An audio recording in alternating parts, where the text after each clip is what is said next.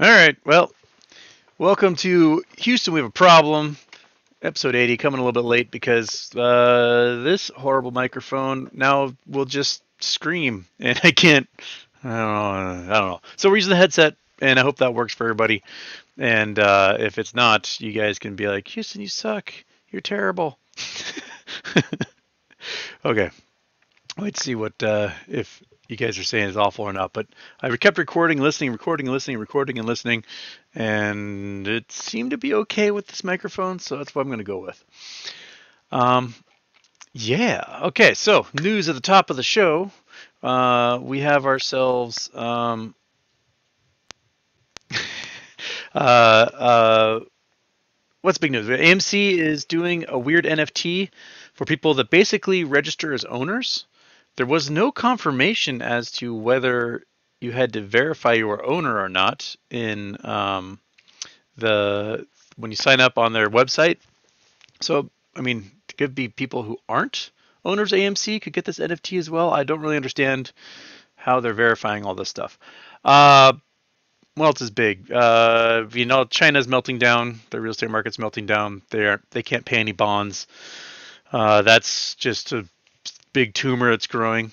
GME's earnings call is on Wednesday, and the market kind of was like, today mostly. I sent a video of a guy talking about how a lot of the sales right now might be washing. So people that just like getting rid of tax liability. If they have a whole bunch of losses on the books before the end of the year, then they can lower their tax responsibility, which makes sense to me. I mean, I may wash some of my shares, just like sell it and wait 30 days and buy back in again for some of my stocks. But yeah, so all right, at least everybody's saying the audio sounds good, which is all right.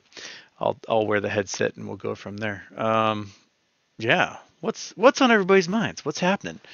We got oh, turn off my intro. Boom, intro is off now. Okay, so I might as well hit the first few super chats before I move on. Travis Wright 13 says, I'm flabbergasted they did not shave stars in the sideburns on the first Starburn style. I'm not angry, I'm disappointed. Also angry. I did Starburns in the past. I've done that before. That was years ago. I did Starburns. Like 2010 or something. I think I did Starburns once. Yeah, that was when I did like zigzags and other geometric shapes for fun back then. Gordy, are puts an option after peak during MOAS? I mean, wouldn't be a bad idea, right? If the stock is trading at like absolute just gigantic amounts and you do a whole bunch of puts at a lower amount, I mean, think about you sell your shares for $1 million a share, right? So you're sitting on millions, and the price is at $1 million a share, and you go in and you buy puts at the strike price of $1,000, and you buy like a cajillion puts at $1,000, and the MOAS is over, it's all done, price goes, and you just made a pile of money off all those puts. And then you buy calls. You buy calls at, I don't know, $300. Price might be at 200, whatever. And then there's a gamma because all those puts were sold naked, right? And they got to go out and figure out how to buy 100 billion trillion puts that you just bought and exercised. And then the price goes, and now you just had a whole bunch of calls, and you just get the sucker to bounce back and forth and back and forth. We may have the type of capital to do weird things like that post MOAS. You might be able to just bounce this thing all over the place, and no one knows what the hell is going on. Until finally, someone steps in and says, no more doing naked options, no more selling naked anything, and finally restricts those rules.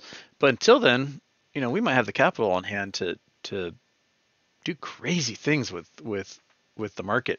We may become, whales ourselves. I dig it. Okay. All right. That's a good question, Gordy. That's a good question. But yeah, I mean, why not make money off all this stuff twice? Why not? Yeah, meow. Turn off your mic. Yes. Mortality rates say that 20 GME apes die each day. As the dead pool grows, I think the infinity pool odds improve. Huh. I hadn't thought about that. That never even occurred to me. That's, yeah. So 20 a day, which means we've lost, let's do the calculator real quick. Scene. Calculator. Bam. Turn off the Google Earth. Bam. Okay. So since, how many days has it been since? It's been almost a year. So let's call it 330 days. Which means we've lost 6,600 apes. And let's say average share price of 100 shares. So it's 660,000 shares. That is essentially 1% of the float. So more than what's 1.5% of the float might be locked up via apes who have passed away. That's crazy to think about. So we could be at 3% by next year if nothing has happened. That's a significant portion. Huh. That never occurred to me before. That's amazing to think about. What do you think, Monkey? She doesn't care. Man, that's an interesting point. I mean, when you're talking about some percentages like this, those things become very significant in the end. That's, yeah, wild. That's very wild to think about. Huh. There's a new theory called yo-yo ass.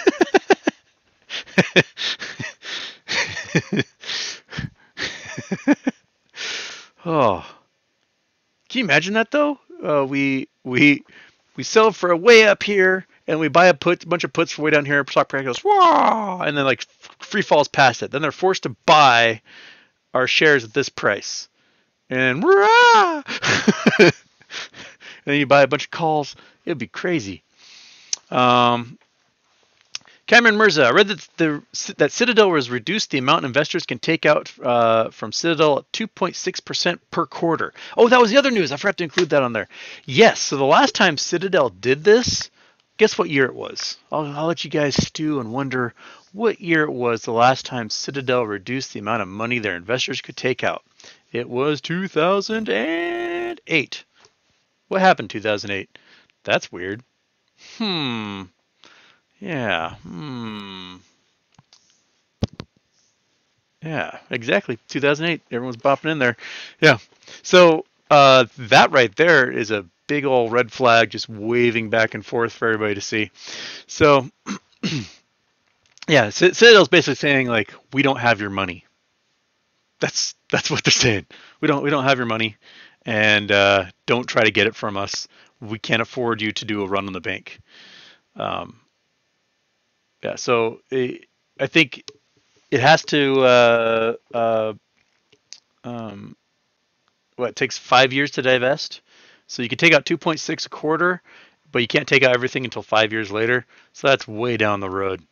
Yeah, so there you go. Everyone's saying this crappy gamer mic is the best mic I've had so far, which just kills my insides a little bit. I wrote the guys at Blue again to give me the stupid screw. I couldn't find one at the hardware store. I would have to like saw it off, and I couldn't find one that would work well yet. But maybe somewhere out there is one that can attach. I can use that microphone, and then I can sound like a real podcaster for once. Yeah, now everybody can see Monkey Butt this way. See? Right, buddy? Right, buddy? Right. Am I bothering you? Am I bothering you? She's like, I was napping. I feel betrayed right now. Okay. Let me scroll up and go back to the regular questions here. Take some more water because I've been screaming into my microphone for the last hour trying to get it reset again, and yeah.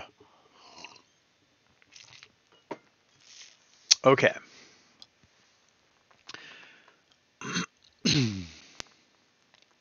Beans Brigade Gaming sent you my audio filters on Twitter. By the way, a brief explanation of the important ones. Yeah, I got all the filters set, and I think this thing is just fallen off my desk so many times. There's something wrong with the diaphragm. I got to the point where my voice sounded fine, but then every time I did an S sound, it did this crazy feedback where this like high-pitched scream happened, and I could not filter that out. I don't know why it was doing that, and so I'm just gonna give up on that thing and do my headset until I can finally figure out how to attach this blue microphone, and hopefully everything will be happy after that. How do we know this is real Houston, not deep fake? It might be. It might be a fake Houston, but you can't be sure, can you? You cannot be sure. There might be more. I might be triplets, and there's just three of us cycling through here, and just messing with all of you. You never know. Easiest job ever is having to only work 1 day a week, right? If the mic is good, the camera's clear, I'd be skeptical.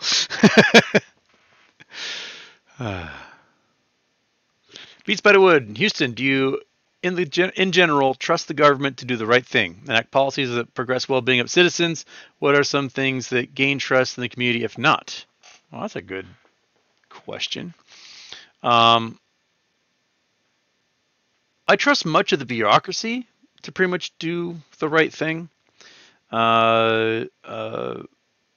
They might be tied up in weird bureaucratic red tape, but for the most part, they have a role to play and they want to play that role.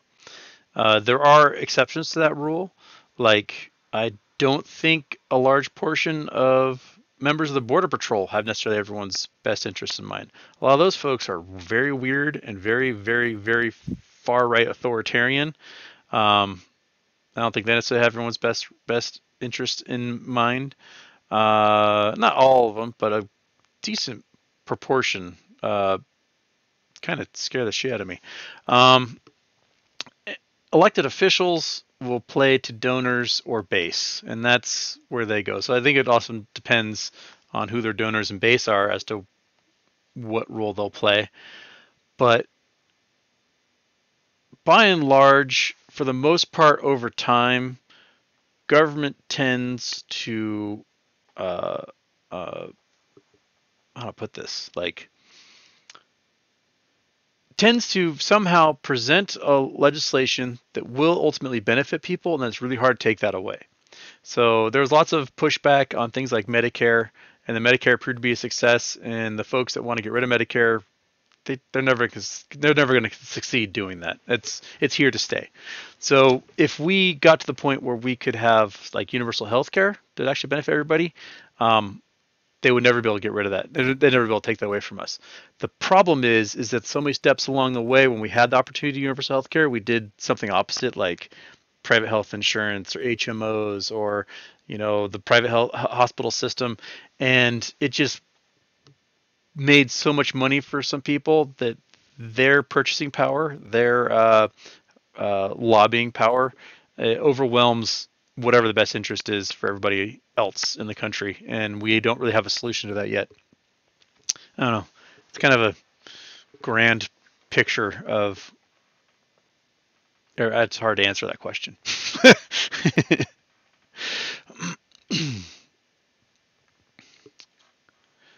Scott Mattingly, how many billions of FTDs does AMC have? Who is going to enforce the law, settle all these FTVs? I mean, the first step is the self-regulators, the clearinghouses, prime brokers. Those guys are supposed to do a hunk of that. If they fail in that, the SEC should step in. But will the SEC step in? That is what we're all wondering. I think the best chance for the SEC stepping in is if the market takes a huge dump. If the market just goes, then the SEC will be incentivized to do things finally and finally regulate the market. But they don't want to regulate the market now and cause they want to go in and be like, oh, we'll fix everything. And that's kind of the role they'll play. Carlos Oreo Cruz, thank you for the super chat sticker drooly thing there. That I don't know what that is, but thank you. Okay. 40-ounce Oracle. Are metamaterial and metamaterial Torchlight preferred shares both squeeze plays or just metamaterial? I would think both of them maybe. I was reading something about a spin-off that this parent corporation had of Kraft, and they spun off Kraft, and the shorts ended up being short on two separate stocks. So what's happening if you guys haven't tuned in, because my audio was absolutely atrocious the past couple of shows. Metamaterial announced that they are going to take the Torchlight preferred shares, the MMTLP, the Metamaterial Torchlight preferred shares, and they're going to spin them off in a new company called OilCo. And in their press release for this, they hinted at that they will spin this off and by January be its own company, and that there was a buyer lined up to buy the oil fields in January, which would then turn it back into cash. So that's a pretty complicated way of doing it. So there may be these shares available, and in January is the last expiration of calls. I think it's January 22nd, 21st. What would be the date on that Friday? It's the fourth Friday of January, I believe. January 21st. No, third Friday. January 21st is the last of the Metamaterial A stock, which is the old Torchlight stock, options available. And only some brokers allow you to buy and sell those ones. Other brokers, they don't show up at all. But if those things all go in the money and have to be exercised, then it can squeeze those Torchlight preferred shares or OilCo stock or whatever it's going to be listed at by then. It's weird. I have zero experience with a preferred share that turns into a stock that turns into a dividend at some point. I honestly don't know how that gets balanced in everyone's books, and I'm not sure the people who are making these plays know how it gets balanced in those books. I think they're all flying by the seat of their pants as well. Yeah, but man, metamaterials, along with everything else, everything's just getting hammered. Everyone's just forcing the price of everything down, down, down, down, down. So we got tax washing happening. We probably have liquidity issues and sell-offs happening. We probably have short attacks trying to double up on that so that they can get the price of things down. It's going to be a weird couple of weeks for sure.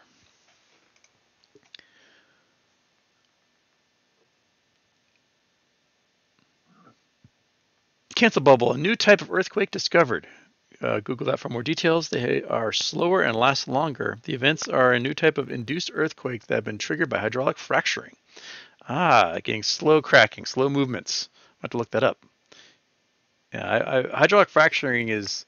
I do wonder when we're going to have a major quake as a result of hydraulic fracturing. We've had them up into like the 5s range in places that historically didn't have earthquakes, like Oklahoma and Ohio.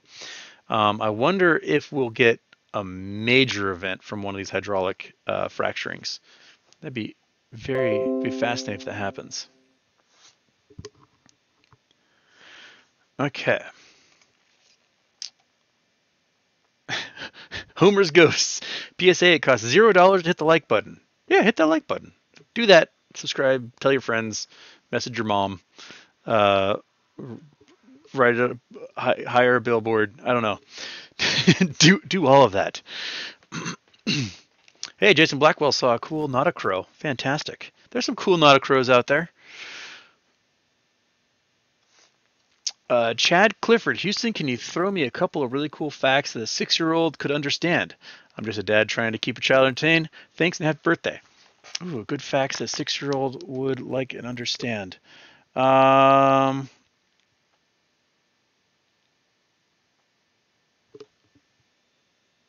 when I get put on the spot like this, my brain just goes completely blank.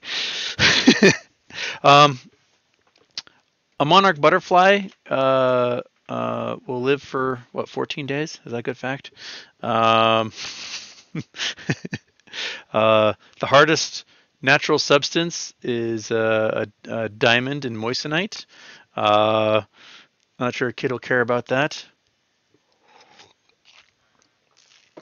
There's more sheep than people in Australia and New Zealand.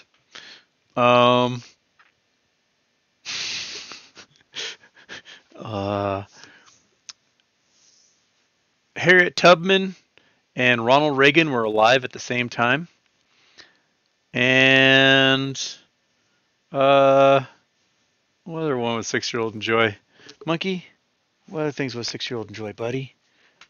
Man, I'm gonna have to get Boyd's Curiosity Shop. Where's my Boyd's Curiosity Shop? Oh, there it is. Ugh. Read this book to a 6-year-old. Boyd's Curiosity Shop. There's probably updated versions, but all right. New York City's Broadway started out as Bloomingdale Road. Kayaking is a required subject in Greenland schools. All right. A marble factory typically produces 200 marbles a minute.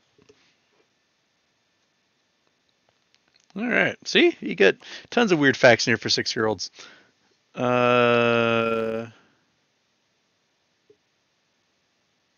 Let's see here.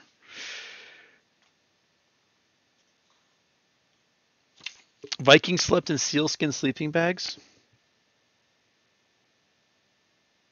If you get attacked by a shark, punch it in the nose and turn it over onto its back, then it goes limp. That works with alligators too, doesn't it? Crocodiles. You can turn them on their backs or up their bellies. There you go. Yeah. I love this book. I've reread it like 10 times. All right.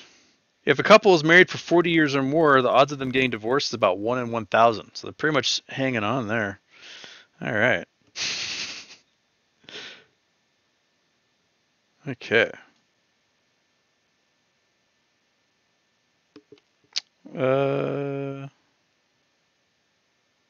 Yeah.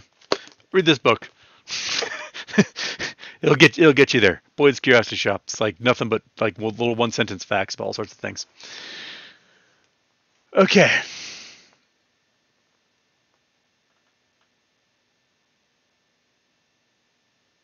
Billy Illy. Did you see Boss Blunt's show a couple of days ago when he talked to a Citadel investor? Dude had nothing to say when Marcel was done explaining everything to him. I did not see that clip. I would love to see that one. What day was that? Do you know? Friday maybe? I will look up Boss Blunts and I'll ask him what show it was.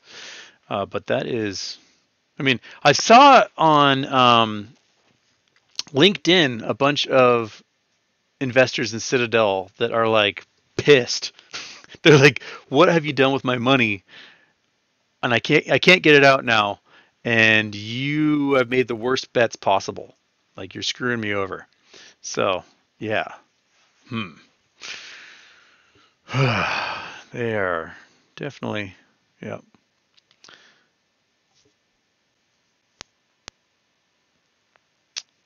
Jeremy Gavisk, Houston, check out Into the AM. They have tons of space themed shirts that fit perfectly with the apes. Into the AM. Into the AM space shirts. Boom.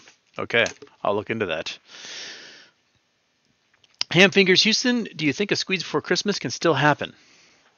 Well, if the market keeps just flopping like a dying fish, yeah, I think it's very possible. If we're just going with Gherkin's options theory, it probably still is January when we get the price to go absolutely nuts, or maybe early February. But these folks their assets under management are shrinking at an incredible rate right now. If you look at the S&P 500, the S&P 500 is not doing that bad, but that's because, SP 100, NASDAQ, I'm saying all the numbers wrong. The NASDAQ 100 it doesn't look like it's doing that bad because a lot of these big tech stocks are holding their value pretty well. Your Microsoft and Amazon, Apple and Netflix, like they may lose 1% here and there, but they're pretty much holding strong, while the mid caps underneath them are just taking nosedives off of cliffs. And like 55% of the NASDAQ 100 is these big tech stocks, and then the remainder is 90 other stocks that are just dying. So these index funds may not necessarily, or indexes in general, may not necessarily look like they're dying that hard.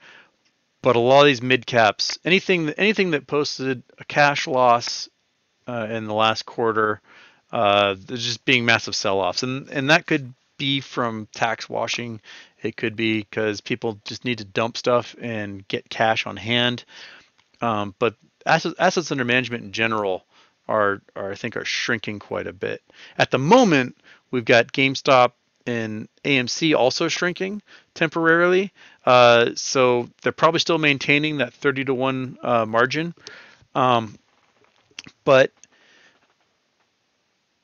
if there comes a pop in the price of AMC and GME and the other meme stocks, that all of a sudden could turn that 31 margin to 50 to 1, 60 to 1.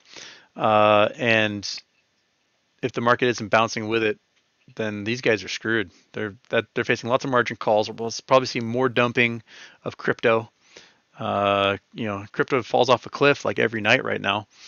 So, they're trying to build up cash for the next play the next day.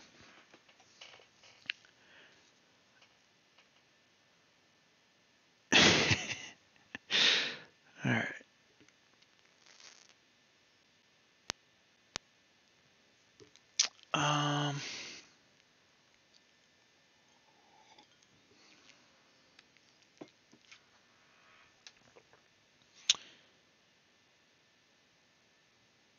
DB Cooper, can you tell for sure it's the peak? I don't think so. I think only post-mortem can you really tell when the peak is. All right, so I'm finally back to where I finally went live here. All right. And let's get back in here. Let's get back into it. Oh, did I miss a super chat? I may have. Did I miss one? I did. I missed a couple. All right, so I missed one from Adam E. Thank you for the incredible screaming guy emoji thingy. Brian Collins, did you see Evergrande movement last night? Well, Evergrande said they weren't going to be able to pay spit. So my guess is that they're going to just slowly vaporize. Is that what you want? There you go.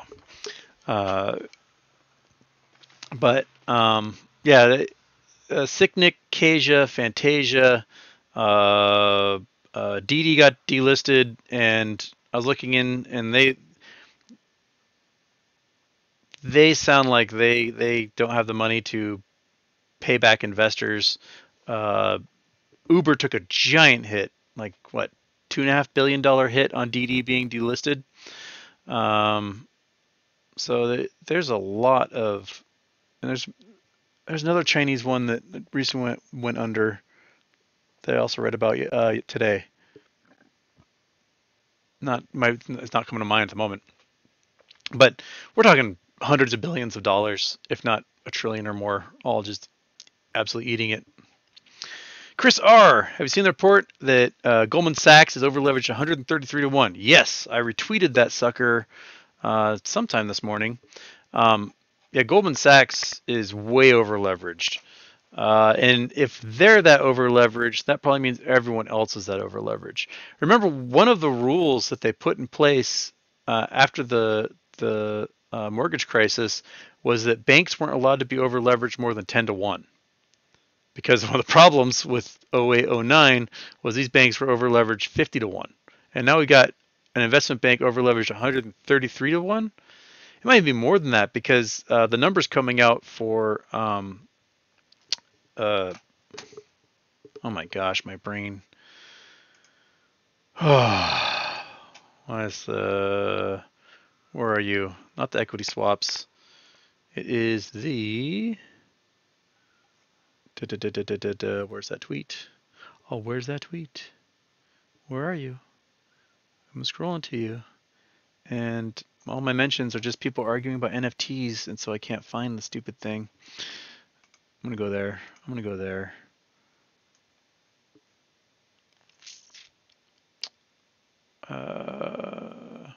Oh, the derivatives contracts. That's the word I was looking for. Yeah. They're over leveraged 133 to 1 via these derivative contracts, and that might be tip of the iceberg.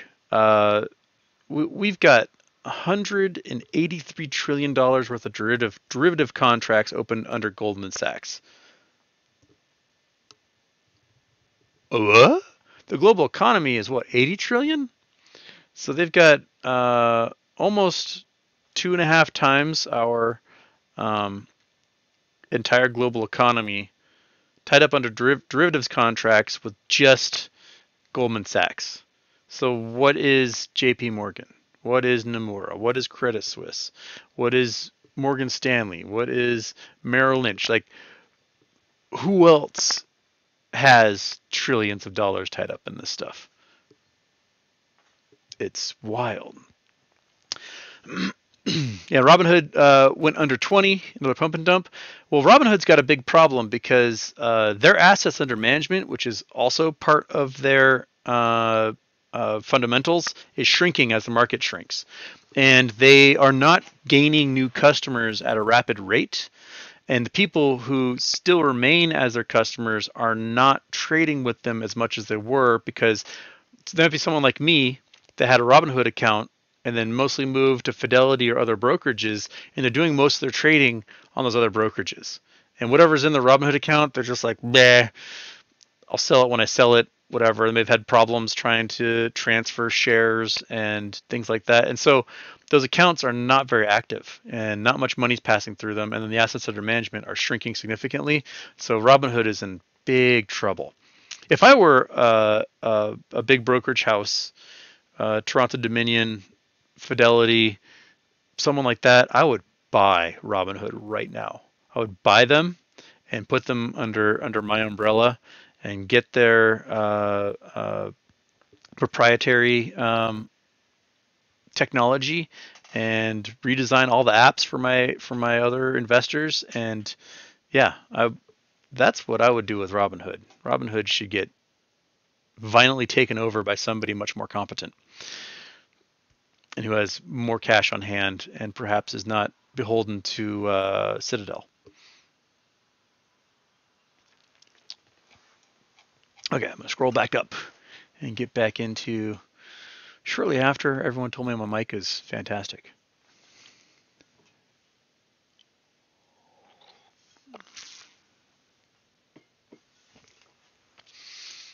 Okay. Looking for a deeper dip before I jump back in, possibly. Yeah, get that dip.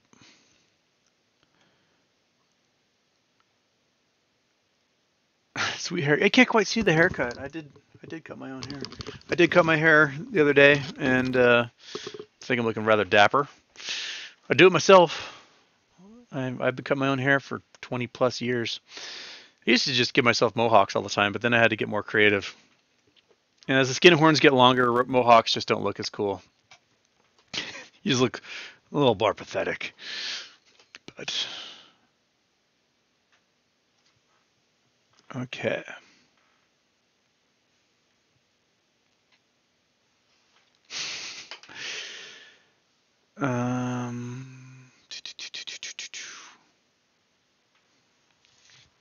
Peter Smith, she is not pleased with you. Who is not pleased with me?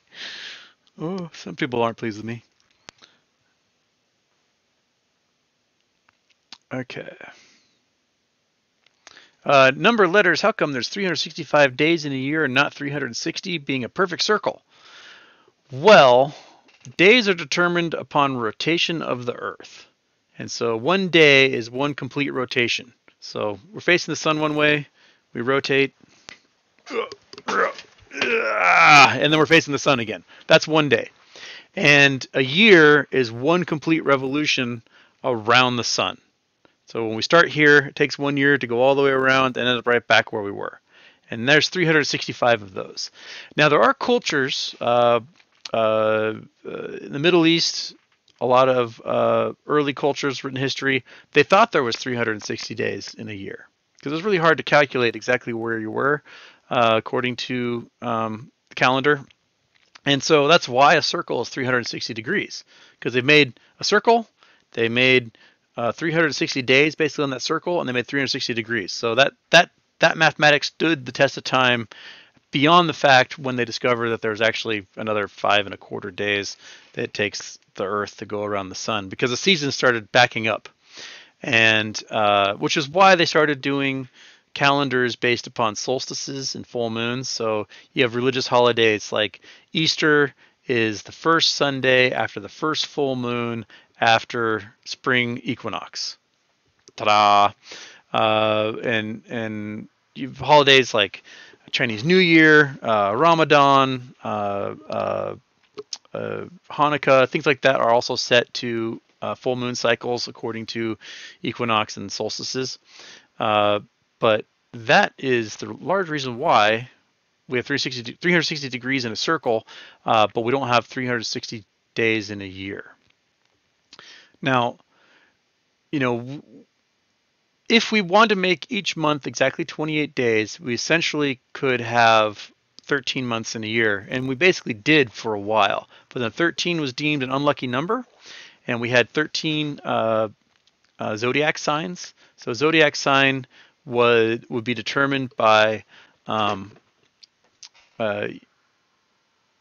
if like my camera is the sun, right, and the Earth sitting here looking at the sun, and whatever zodiac sign would be behind the sun, that's your zodiac sign. So if you're born in May 5,000 years ago, you're born and Earth's facing the sun, and Gemini is behind the sun. That would be you'd be a Gemini sign. Well, the Earth does this weird wobble on its axis, and it takes about 26,000 years for it to make one complete wobble as it's rotating around. It's kind of like you spin a top, this top will just kind of do its little wobble. Earth does that in a very slow process. So as a result, on certain days of the year, what sign is behind the sun has actually shifted by about 6 weeks. And so if you're born in May now, like end of May now, and you might be a Gemini, you're actually a Taurus, technically speaking. And there were 13 zodiac signs. Everyone sort of just deleted Ophiuchus and just kind of stretched everything else out a few extra days. So Ophiuchus is no longer a zodiac sign, even though 5,000 years ago Ophiuchus was the 13th zodiac sign, because there were 13 months in a year, because there were 13 full moons in a year, and that's how everything worked. Which is another reason why astrology is complete bupkis, because most people who do astrology have no idea what Ophiuchus is, and no idea actually how zodiac signs work, and no idea about anything. How's that for a tangent? Tell that to a 6-year-old. Astrology is bullshit. 6-year-old go, I don't know what that is. Okay. Striking Viking, my wife wants to know if you have a girlfriend. If not, are you looking for one? Should I be worried? I don't know.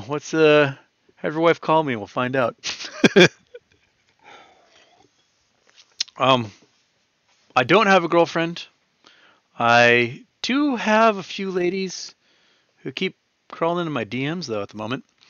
I don't mind dating somebody, but I live on a small island full of old people, and that's one of the biggest drawbacks that I have in my life, is that no one my age is around here. At least no one my age is around here that isn't already married with a bunch of kids. So I don't know. Maybe I'll find myself a nice Swiss girl in January. That'll give me an excuse to move to Europe. I don't know. Native Flight, Houston, could you explain how the 2-day or more market halts work? Well, the market halts, the idea behind those is if there's some sort of nefarious action happening with a stock, such as stock is crashing too fast or rising too fast or whatever, that the powers that be can halt trading. And we can see this on short term, the circuit breakers, when those trigger and stop trading. But there are rules written in place that if they think there's something squirrely going on, they can do 2, 10, 30, whatever days and halt the stock. Now, would they do that with these stocks as they're moonshotting? I don't. Uh, Part of me says no, because imagine now that you are an investment bank, a primary broker, a hedge fund, or whoever, and you have to buy shares to close positions because you've got too many FTDs out there, too many synthetics, recalls are happening, so on, um, and they halt trading for 30 days. Well, what's going to happen is a whole bunch of buy orders are going to line up over those days and days and days and days and days and days and days and days and days. And when they finally allow trading again, you're going to get flooded with 30 days worth of buy orders, and the volume's going to be absolutely insane that they're going to have to halt trading again. So when they need to close these positions, they have to do as fast as humanly possible. So it's not going to benefit them to let this stuff linger and take even more time. When every time they turn on the trading again, they're going to just get flooded with buy orders as everybody needs to close these positions. So I don't think it will work well for them. It might work if you got some weird shitty OTC stock and a bunch of fraud was found that had to do with the company or whatever. Yeah, you can turn trading off for a couple of days and let regulators figure things out. But if you are a big company that has a market value of $20 billion and you turn off trading, that's going to screw everybody. It's going to make everyone on our side go, oh yeah, it's on, buddy. Woo-hoo-hoo! And we're going to set limit orders that are absolutely insane. And it's going to make the folks who have to buy these stocks have all sorts of assets under management problems, liquidity problems. They're not going to know how to balance those books. They're going to want to get this over with as fast as possible, I think. And I don't think that regulators, the federal government, would serve themselves well by turning off trading. Now, they may turn off trading and negotiate some sort of settlement, or they might say, hey,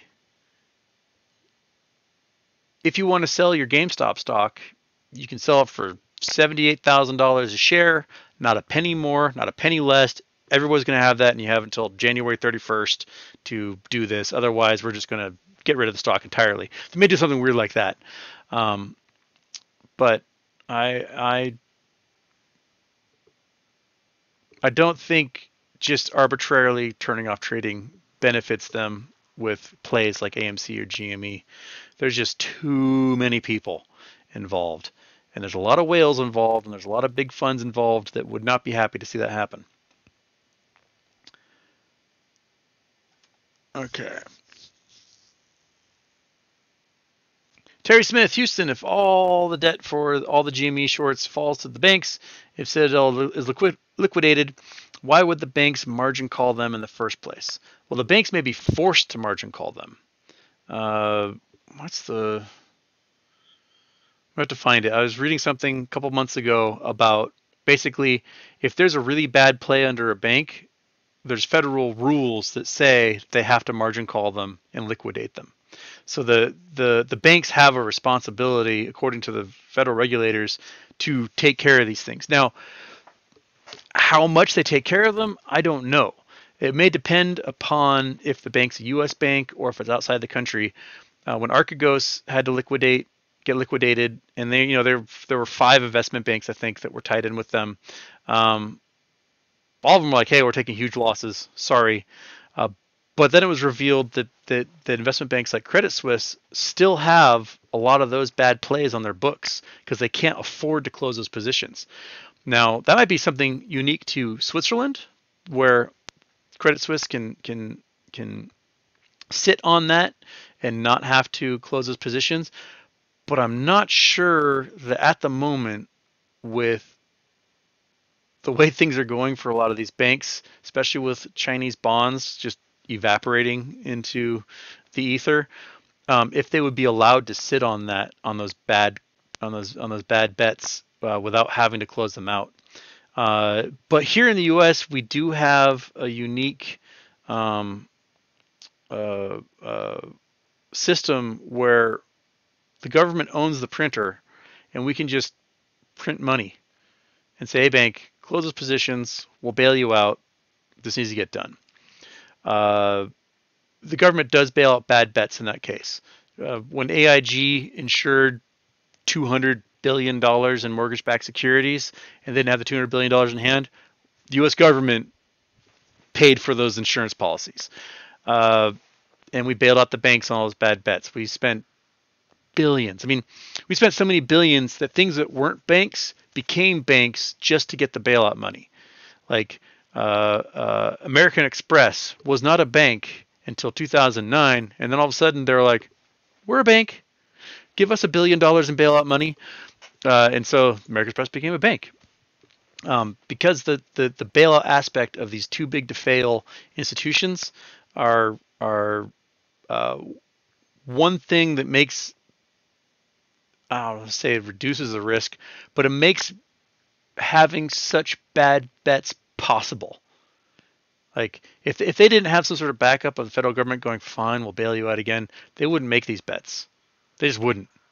Because no one wants to lose their boat, island, house, Fifth Avenue apartment, cars, Aspen Ski Lodge, ownership in hotels or whatever. No one wants to lose all those things as a result of all those bad bets.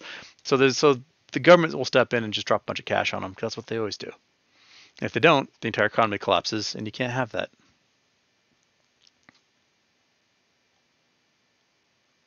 Okay.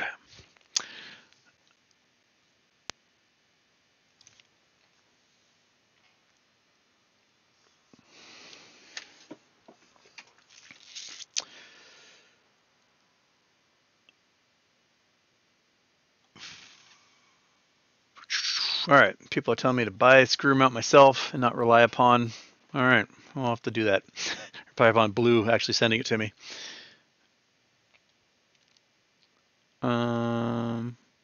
Jay says, what about when the IRS targets political opponents? That was largely disproven. So a couple years ago, they were claiming that the Obama administration had targeted political opponents, and then it was revealed that they actually had not. That's just nonprofits in general have been targeted. But that being said, like if you are a nonprofit, an anti-tax nonprofit, right? You are a group that says taxes are evil, don't pay taxes, we shouldn't pay taxes. That would be a giant red flag for the IRS to, I don't know, audit you for perhaps violating tax law. That it's like saying, you know, I believe in murder and hiding bodies, and I'm creating a group to help people murder and hide bodies. And then the FBI is like, hey, have you ever murdered anyone and hid the bodies? That would be a giant red flag, right? Like, you know, you might want to investigate members of NAMBLA for, like, I don't know, touching kids. Probably a good idea. They kind of concentrate themselves that way.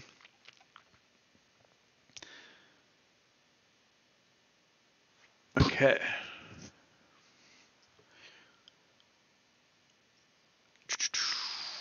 Oh, Beans Brigade might have the screw for me. I'll take, if someone wants to send me that screw, that'd be fantastic. It's that big. It's one of those. I've had this mic for 6 months, sitting on my desk for 6 months now, and I haven't been able to use it because I have no way of. I mean, I guess I could hold it like this for the entire time. I don't know, but someone sent me money to buy that microphone, and I bought it, and I haven't been able to use it. That freaking guy. If headphones know they're screwed, why keep shorting? Wouldn't it be better for them to cover and see if we eat away at each other? They don't have the money to cover. They can't close. They can't do it. Their one play is to keep generating naked shares and trying to drive the price down, or at least holding it where it is. Because they've survived to this point. But if they stop shorting and they go to close, the moment they go to close, they're gone. They're done. They ate up every dime they have, and they still have $20-30 billion in obligations that they can't cover. So they just can't afford to do it. If you shorted a stock, you shorted a 10 million shares at $50. Ooh, all right. Let's go to calculator. Calculator. Ah, crap, I closed calculator. Dang it, I always do that. Calculator.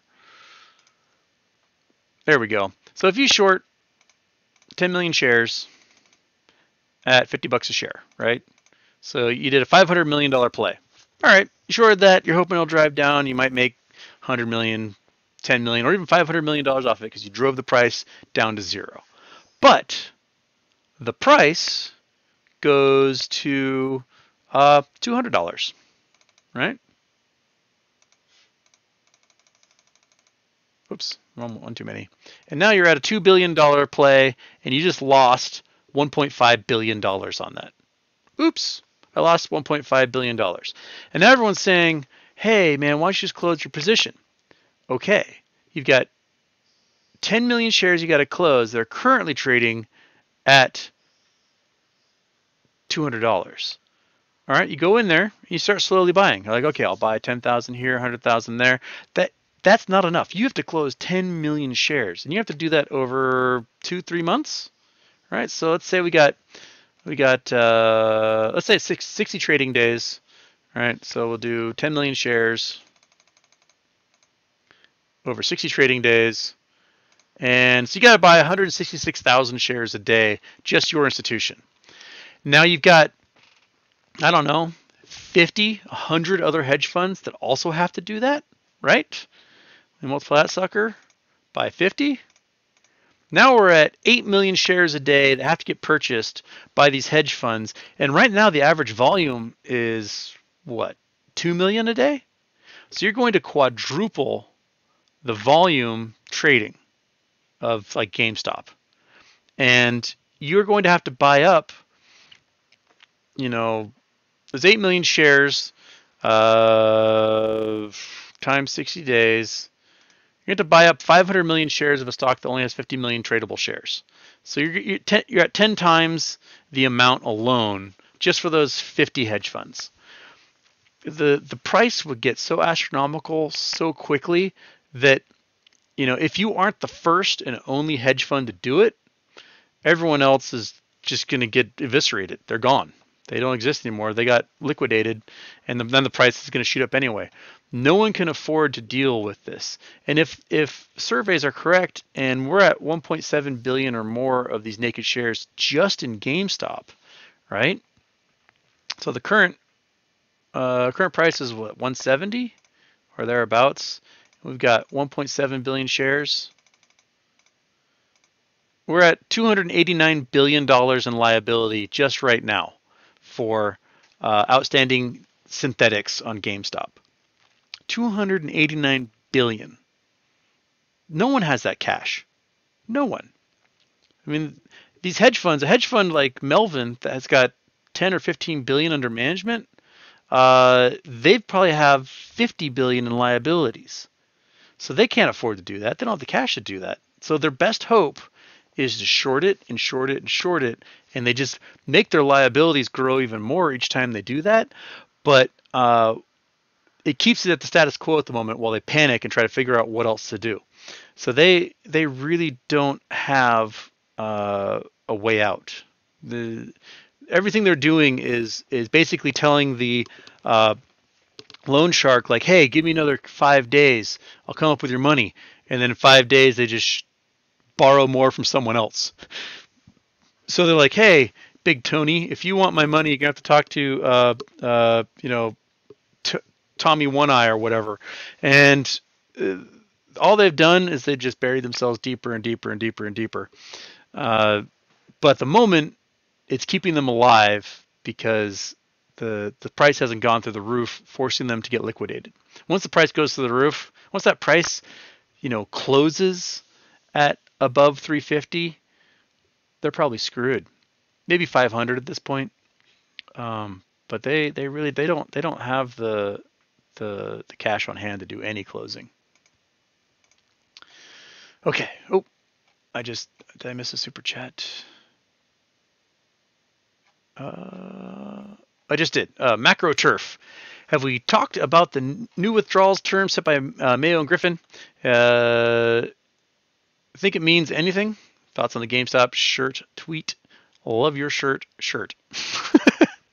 Yeah, I'm not a drinker, but I will put beers on my shirt. We did talk about Griffin. The last time Citadel did this was in 2008, just before the economy totally took a nosedive. Uh, to me, this is them basically telling everyone we're screwed. They're trying to pretend like, oh no, it's a long-term investment, trying to encourage people to invest for longer terms. No, they don't have your cash. They don't have your money, and that's why they limit how much can be withdrawn. And if you have $1 billion with them and you can withdraw 2%, I'll go back to calculator. So so you have $1 billion and you can withdraw 2.6%, 0.026. That means you can get 26 million a quarter. I'm sure you can live off of that. But if you have a big play you need to do, if you were expecting like, oh, I want to invest in a startup, I want to do something, and you need $100 million, and you've got to wait a year to get that money, and then the play misses it passes you by, you might be really pissed. And I think if you are a billionaire who invests in hedge funds, this is going to make it so you won't want to invest in Citadel. So Citadel wants to lock everyone they have now and keep them from pulling out, which is what happened to Melvin. Melvin lost half of their customers last winter. They went, no, give my money back, I'm out. And so that their assets under management just got pulverized. Citadel can't afford to have them pull out, and there's lots of bad news coming about their plays that they're going to forego getting new customers in order to hold on to the ones they have until this whole thing blows over. So I think that's what we're relying on at the moment. Jone de Jesus, Houston. What does Gherkin mean when he said Citadel is short volatility on GME, long volatility on AMC? I think it means that they shorted GameStop and they own a bunch of AMC calls. I think that's what they mean. You'll have to ask Gherkin himself, but I think Citadel is fairly long in AMC at this point, is what Gherkin has been saying. So that's what he means there. DEA got that dope asks, what do you think about the real Bitcoin creator? I only saw the tweet just before I came on, but what's his name? Craig something. The courts ruled that he is the sole creator of Bitcoin. If I can find. Sorry, let me just search real quick. Sole creator Bitcoin. Yeah, Craig Wright. So they're saying he is Satoshi Nakamoto as a sole creator. So the courts have ruled that that Wright did not form a partnership with David Klayman to mine Bitcoin. Yeah. So I don't know what that means for any of us. Not a clue. I do think it's clever that Satoshi Nakamoto basically means intelligence central, which Central Intelligence Central.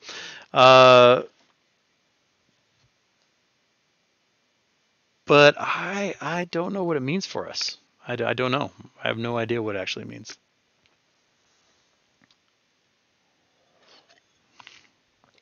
Brian Collins says Girk is not actually a fan of AMC or Adam Aaron. Yeah, he doesn't think AMC is going to squeeze even close to the way GME does. I think GME is going to squeeze way higher than AMC. But I think AMC will still squeeze.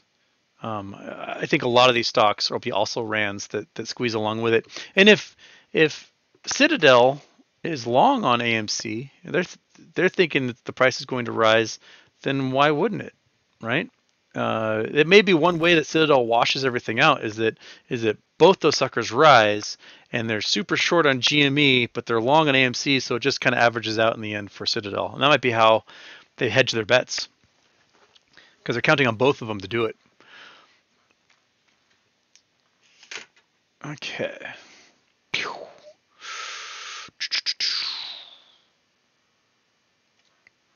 Justin Pigaga, Houston, do you think that Euro investors will get robbed by brokers like eToro and Revolut as they can't prove they actually have the shares we bought? If yes, what should we do? Man, yeah, the way that the European trading for a lot of those apps happen with US stocks is kind of like a magic trick. I've described it before where they might have a holding company in the United States that goes out and buys the shares with your money and puts them inside of that holding company. And then through the app, they loosely tie ownership of those shares to your particular account with their brokerage. I would a lot of people are saying like take screenshots of your holdings every single day, and if something squirrely happens, there may be, I'm not sure what European laws are towards class actions in these cases, but you may be stuck suing the hell out of people if all of a sudden your shares vanish or eToro or Revolut just disappears overnight. Um, I think that's something you might want to keep your eye on.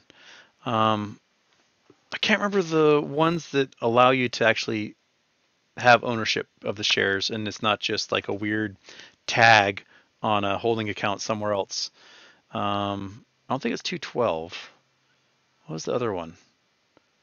The ones that allowed everyone to vote for in the shareholders meetings. I can't remember which ones those were, but those ones I think are the ones that actually have stuff in a brokerage account for you. And you may want to move or transfer or something if that's the case. All right. Hey, I'm only 45 minutes behind in the chat here, so that's not too bad, right?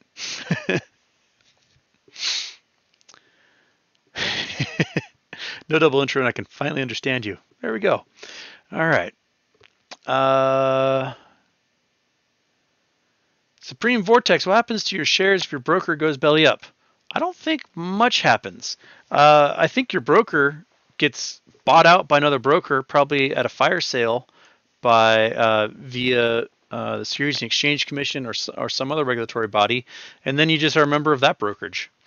If you were a member of USAA brokerage and Schwab bought the brokerage, you are now a member of Schwab. That's just how it works. So those assets get purchased and brought over, and they'll probably buy it for a penny on the dollar, and you'll just move over to some other brokerage system.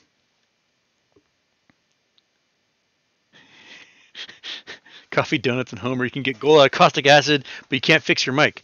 Hey, if I could fix my mic with caustic acid, I would use that.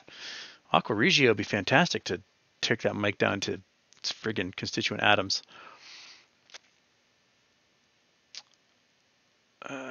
Lost Waves, do you still watch Lou's videos? I never really watched Lou's videos in the first place. I watched it a couple times. I was like, okay, and then I saw some other ones that just it didn't really fit with me. He did a really good video the other day, and I was like 99% of it. I was like, yeah, I'm with you. And then the last 15 seconds, he just completely ruined everything he was talking about. And this was his attempt at telling everyone to stop buying shares as a way of helping the squeeze happen. And his description of how these counterfeits move through the system were very accurate and very on point. But he never acknowledged the liability involved, and that every time they short, they increase their liability. So they got to come up with a squirrelier way to avoid these failure to delivers. And they have to buy at some point, or they have to borrow at some point to cover for those liabilities.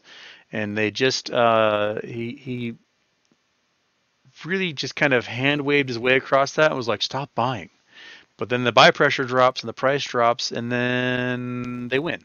Because their goal is to get that price to go right back down to at least where they had, shorted everything in the first place. Tristan Cates, hey Houston, with RBC holding a lot of Evergrande bonds, will there be an issue during MOAS since a bank invests with them? Well, I mean, they have what? It's like 40 billion in bonds with them. I'm not sure if they're going to write them all off now, but I think a significant portion of them are going to get written off before the first. So um, we'll have to look and see what press releases come out about them and how much they had to write off come the 1st of January. And I have no idea what Canadian laws are in that regard. They may be open to getting taken over by somebody else if those losses are so big. I mean, Royal Bank Canada is a big bank. What is their assets under management?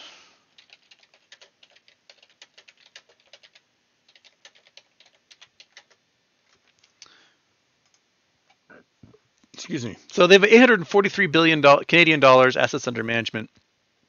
So they're about to lose 5% of their. I forgot to. Let's put the Chrome on.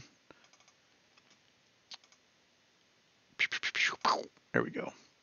So yeah, they have 843.6 billion dollars assets under management, and they made a 40-something billion dollar bad bet with.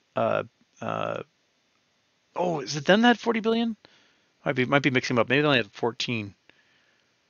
But anyway, they had a lot. So they're gonna be facing an appreciable percentage of loss on other assets under management as a result, and it's not gonna be healthy. they they're gonna be some comeuppance for that. And the revenue is 47 billion. So basically, they may have to write off the entire year. That's a lot of write-offs.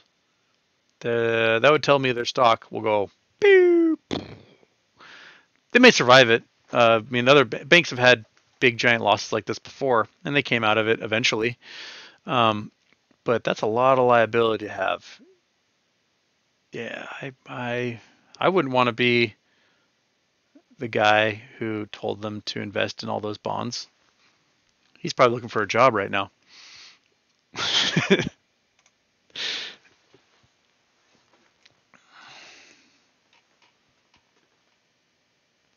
DNTF we cats. Don't fuck with cats. Okay. Justin Pigaga. As far as I'm aware, Revolut can DRS. So they say if you can DRS from there, do that. I mean, DRS if you want. It's up to you, man.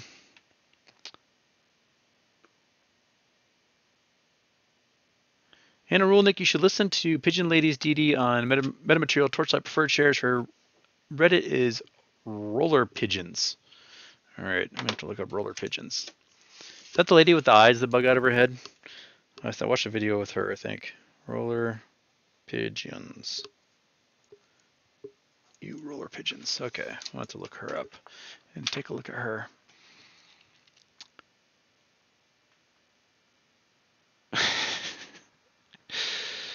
All right.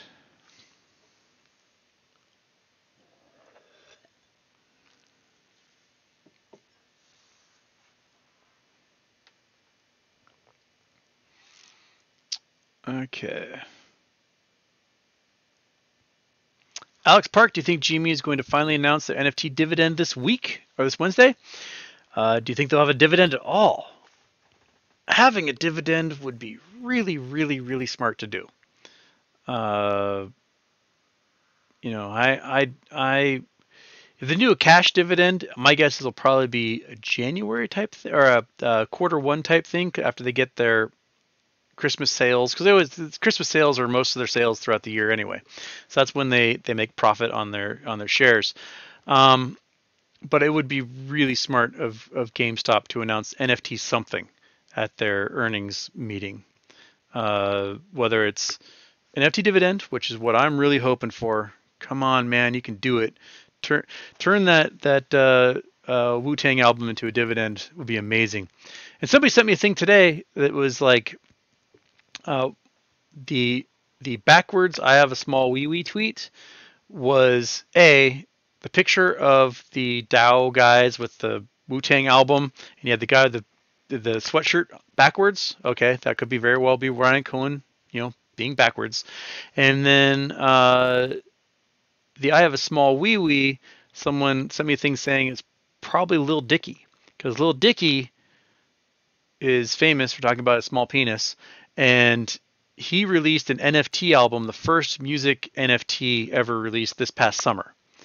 And so I have a small wee wee, Lil Dicky NFT album, guy standing backwards for a rap album with Wu-Tang, and the Dow people who bought it. I think it's you guys are able to pull out these crazy investigations that never would occur to me, and it's beautiful. I love the serendipity of it all, and I think it's rad. Okay.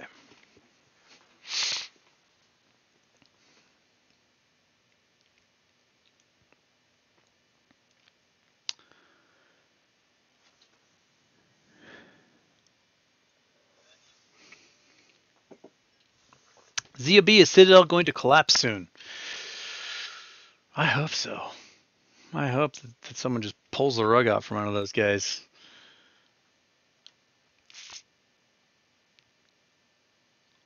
Feels like getting some good Final Jeopardy trivia.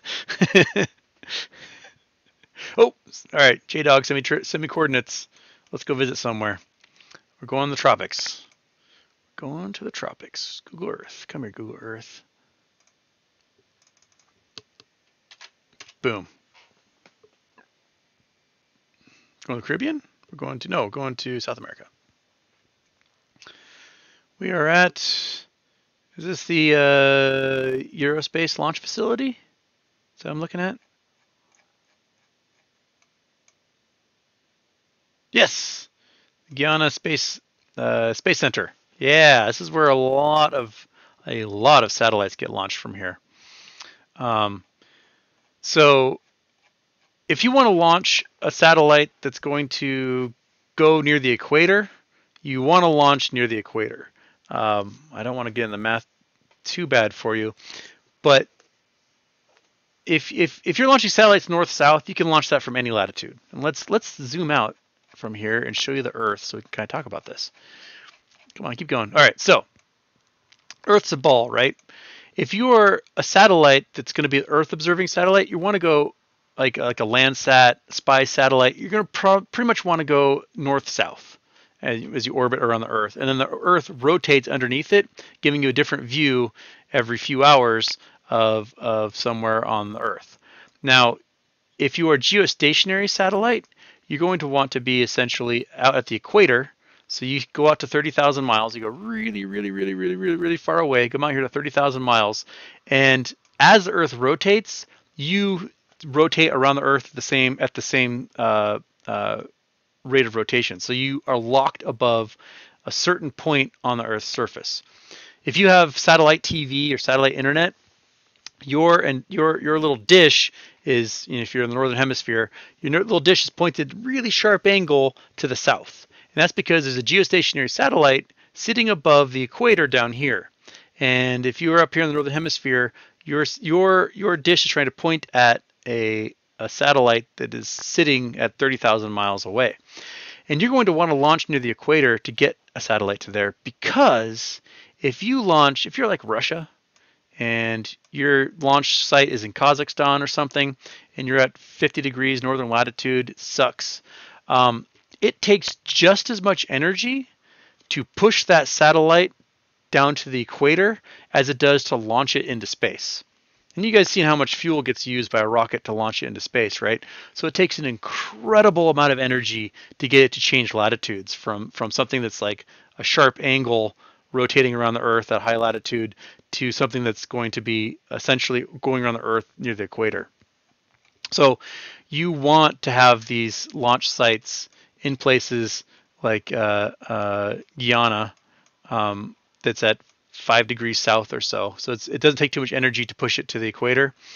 That's why also Boeing and SpaceX and others have investigated using barges, because you can set those barges out, on the equator somewhere and do your launches from there. So you don't have to expend any fuel to get it just above the equator. So the European Space Agency launches lots of stuff out of here. On the 18th, The James Webb Space Telescope should be launching from here as well. And hopefully get that sucker finally launched. They're going to postpone it yet again. So that's what we're looking for. That's what we're looking for. All right. Excellent. Back to Big Houston. Okay. There was J-Dog. Thank you, J-Dog, for getting us to the Guyana Space Center.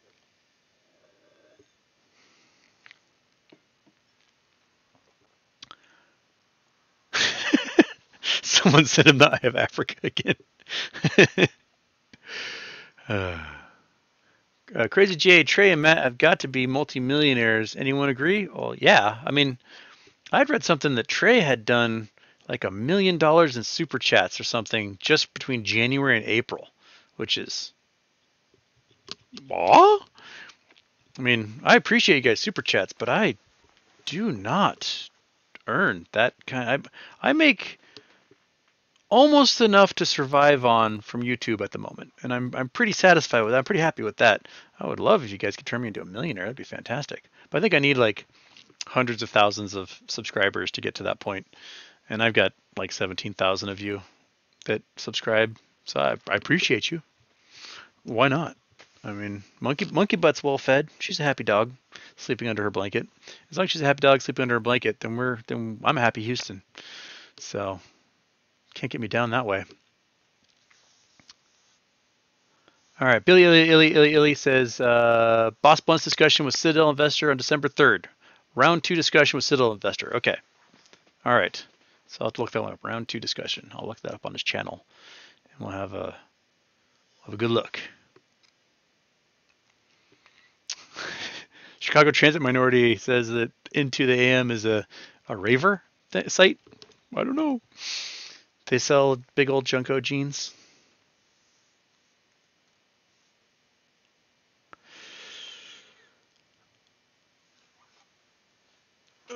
William Morgan says that Matt and Trey are at 700 and 600K this year. Good living. I mean, I would like to make that much money. That'd be nice. I could fix my truck. The Montero I was going to try and buy got sold before I go check it out. So I'm back to the drawing board trying to find another one that I can rip the guts out of.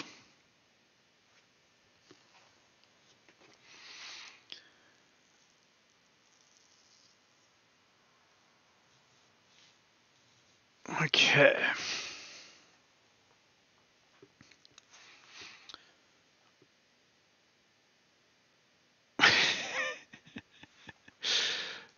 All right. Oh, Nate Mater Baked Potato sent me something in, looks like East Coast maybe? All right, let's check this out. Bam, bam. We're going to Lake Champlain. Where are we? What's this place? There is the Au Sable Chasm Bridge, Rainbow Falls, Old State Road Bridge. Let's zoom in. Looks like we have a nice view here, wherever we are. Come on, keep going. Get me there. Oh, there we are. Well, there's a nice place. There's some people. Hello, folks. There's some old limestone there. Got a cable bridge down there. Got ourselves a nice canyon, some good waterfalls. What a pretty place this is. Well, all right. Got somebody looks like they're about to jump. Or maybe they did. Ghosts. These kids posed for a nice little picture there in for Nintendo 64 maybe to get that image quality. Oh, what a lovely place that was. All right. What state am I? Am I in Vermont or am I in New York? I couldn't tell. I think that's Lake Champlain, isn't it? Yeah, Champlain. So I'm on the New York side. So that's New York. Interesting. All right. Good spot. Good spot, indeed.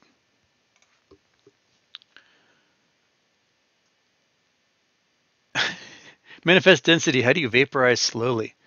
You sublimate into the atmosphere. That's how you vaporize slowly. Water vapor is slow vapor. Like the oceans slowly are vaporizing at all times. Javi A, thanks for the knowledge and loved what you said about you wanting to hold Monkey Butt as a pup. AMC, I sold it all and thinking of getting back into more GME. Well, man, it's probably the time to do it. The price is just probably the cheapest it will be in a while. Maybe it might bounce off 140, but I think there's gonna be a lot of buy pressure if it gets that low, and I don't think it will get that far, personally. But good job, Javi. Yes, I wish I would know Monkey Butt as a puppy. Instead, I knew her as a 9-month-old freakazoid in the terrible 2 stage. Just destroyed everything. I'll have to find that picture one day. There's a picture. I had to go away for a weekend to a conference and left my roommate in charge of Monkey Butt. I'd had Monkey Butt for like a month at this point. I just got this picture of the living room, and there's like this foyer that overlooked the living room, and my roommate is standing there staring at Monkey Butt, and Monkey Butt's on her chair, and the room is destroyed. DVDs, books, pillows, couches, everything is absolutely just ripped to shreds. And Monkey Butt is on the couch guarding the dustpan for the broom, and she ate both brooms, both dustpans, and we had 2 vacuum cleaners, and she chewed the cords off both vacuum cleaner. So there was literally no way we could clean everything up. It was absolutely impossible. I had to buy new plugs to put on all the vacuum cleaners, and yeah, it was like she went to the war college and completely just decimated our entire defenses. But man, yeah, the one survivor I have, which she got a good piece of, is my Gwar anthology book, which is, it's fantastic. It's got little 3D pictures that come on it. But she chewed the corner of my Gwar anthology book, which is just an amazing book.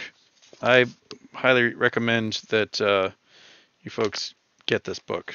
It is awesome. If you love Gwar, this is the book for you. And don't let your dog chew on it, you little son of a bee. She ate my entire Magnum PI DVD collection, so that was done. Yeah. Oh well. At least it streams now, because back then it did. Okay. Oh shoot! Just reset, you jerk. Always resetting.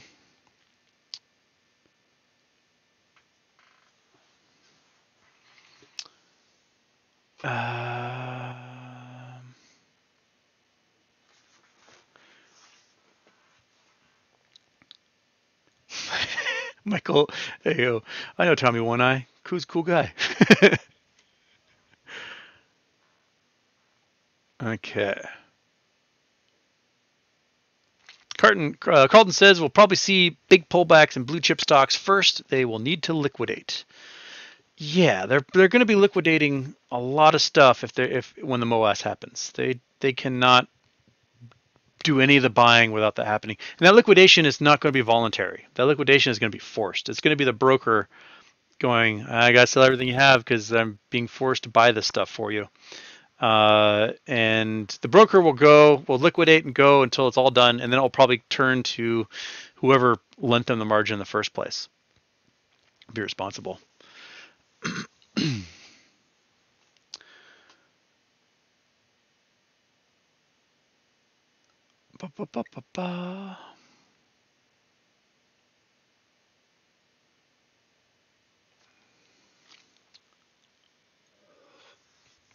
Ricardo Pestic. It's got something somewhat tropical for us to look at. Let's see where we're going to go here. No, don't reset, you freaking... Okay, sorry. Here we go. Got Ricardo's thing again. Copy that. Go there. Look at our map. Get that in there. And we got to delete you and go. We're going to Southern Africa. We are going to this spot. Where are we?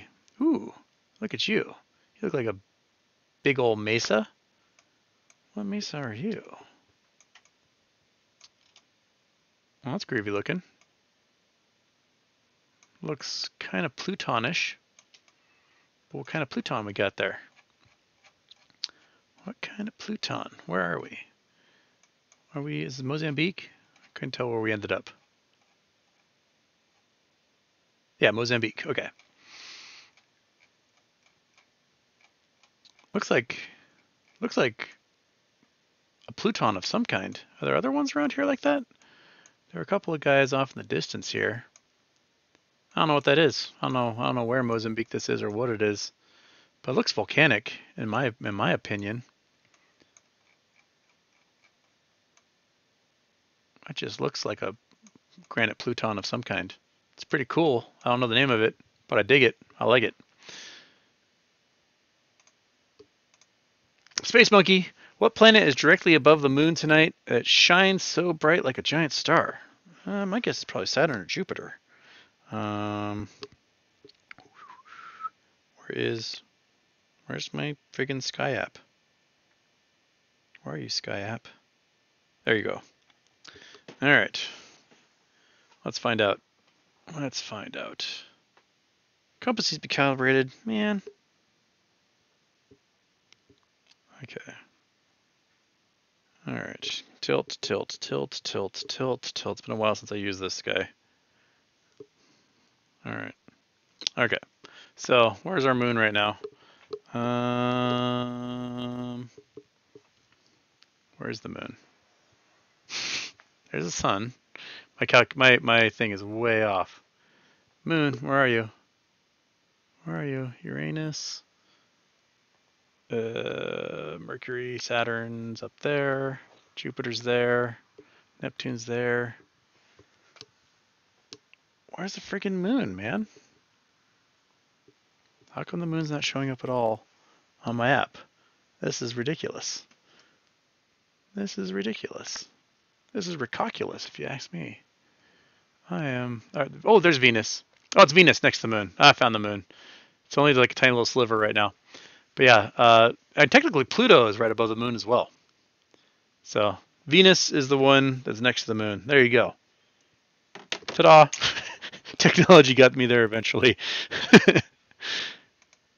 And with this thing on my head, I don't go in and out of the mic sound. There you go.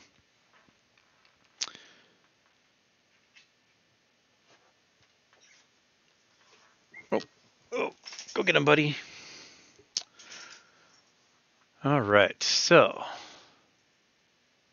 Project Sun, Houston, did you see where scientists unveiled the first living robots last year? Now they can reproduce by clustering free-floating stem cells together. Xenobots can assemble baby bots. Yeah, that is like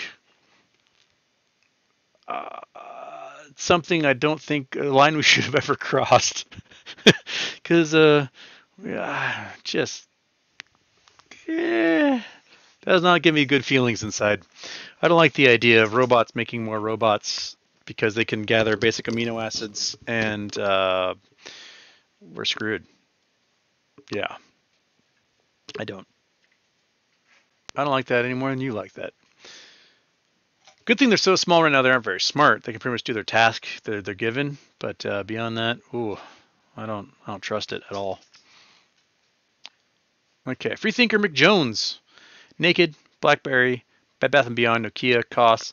Also zombie stocks like Sears, Holding, Blockbuster. I think we'll see a lot of upward action, seemingly unrelated stocks as well.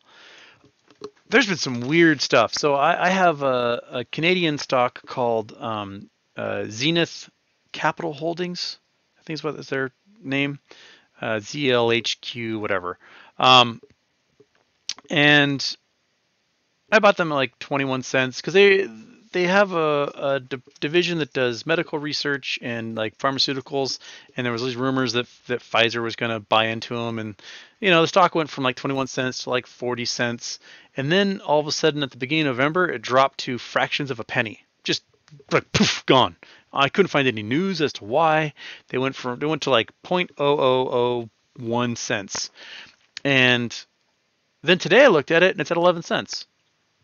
What the hell? Like, why didn't I just buy 600,000 shares back in November for a couple $100, and all of a sudden I would be up thousands of % for no reason? I don't know what's going on with that. So there's weird stuff happening with some stocks, and zombies and whatnot. Hey, buddy, did you go say hi? Did you go say hi? Yeah. Oh, you're a good dog. You're a good dog. Yeah.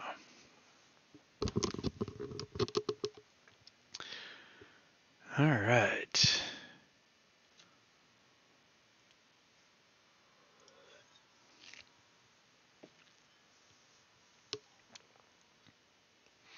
Zanti says, why are you stubborn and don't help apes with DRS? You just help Citadel with you keeping shares to be lent out. My shares are not lent out. Lending is turned off on my account. So my share of shares are not lent out. I have no interest in DRS because I have no interest in holding my shares forever. I want to sell my shares for a ridiculous amount of money when the time comes, and I don't have that ability with computer share to do that. You just can't. If the share is selling for $50 million a share, you can't sell it for that much in computer share. You just can't. And you're going to miss the peak, and I have no interest in missing the peak. I want to try my best to get the peak if I can, and that's what I will do. Yeah, so if you want to DRS your shares, you're welcome to. Just understand that when the time comes, selling may not be an option for you. You may just be left holding the bag and missing the whole thing. That's a very real possibility.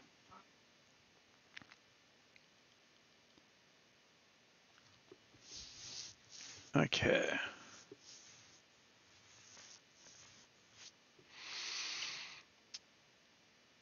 Stanley Belaski, how do you feel about NVIDIA long-term? Good price to get in now? I think it's probably a great price to get in for NVIDIA. Although one of their insiders sold like $140 million in shares just before they discovered that NVIDIA did not get a huge contract. There may be some investigations into that individual and NVIDIA as a whole for that. But NVIDIA is, I mean, they dominate the graphics card market. There's NVIDIA and AMD, and they're the two guys that make graphics cards, and NVIDIA makes the majority of them. And graphics cards do lots of stuff from mining crypto to making it possible for you to watch me on YouTube to playing your video games. And as long as there's constant advancement and right now there's a big shortage in chips, the prices for these video cards are just astronomical. I think NVIDIA, long term, they're going to be around, and they're going to keep making graphics cards, and people are going to keep having to buy them.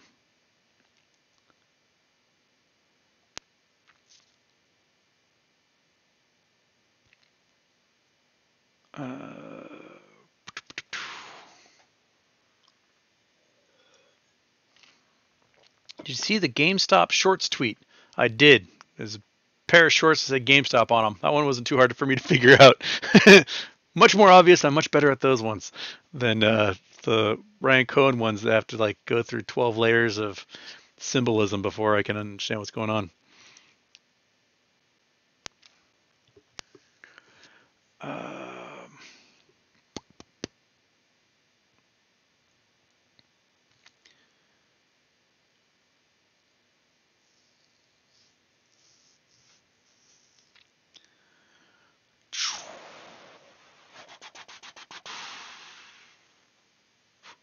Last hot sauce. What do you think about Jackson mentioning 35,000 option contracts on January 21st?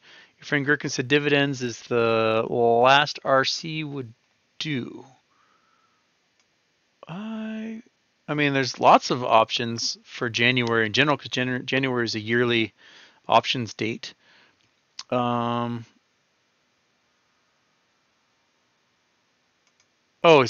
dividends is the last thing RC would do.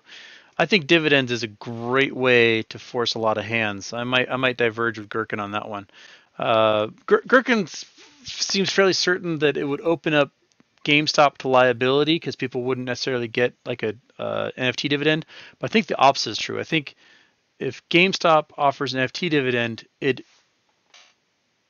absolves them of liability and puts the liability on the brokerages and those who created the counterfeit shares.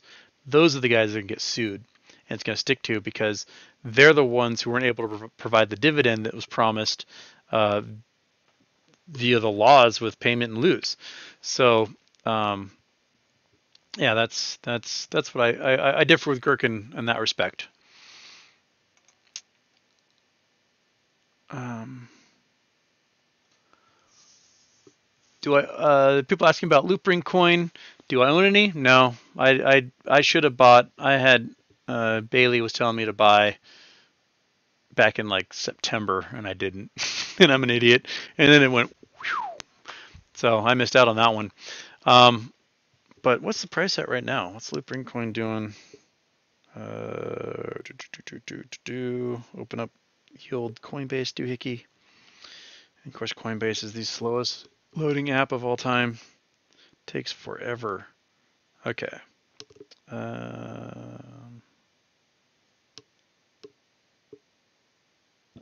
Excuse me.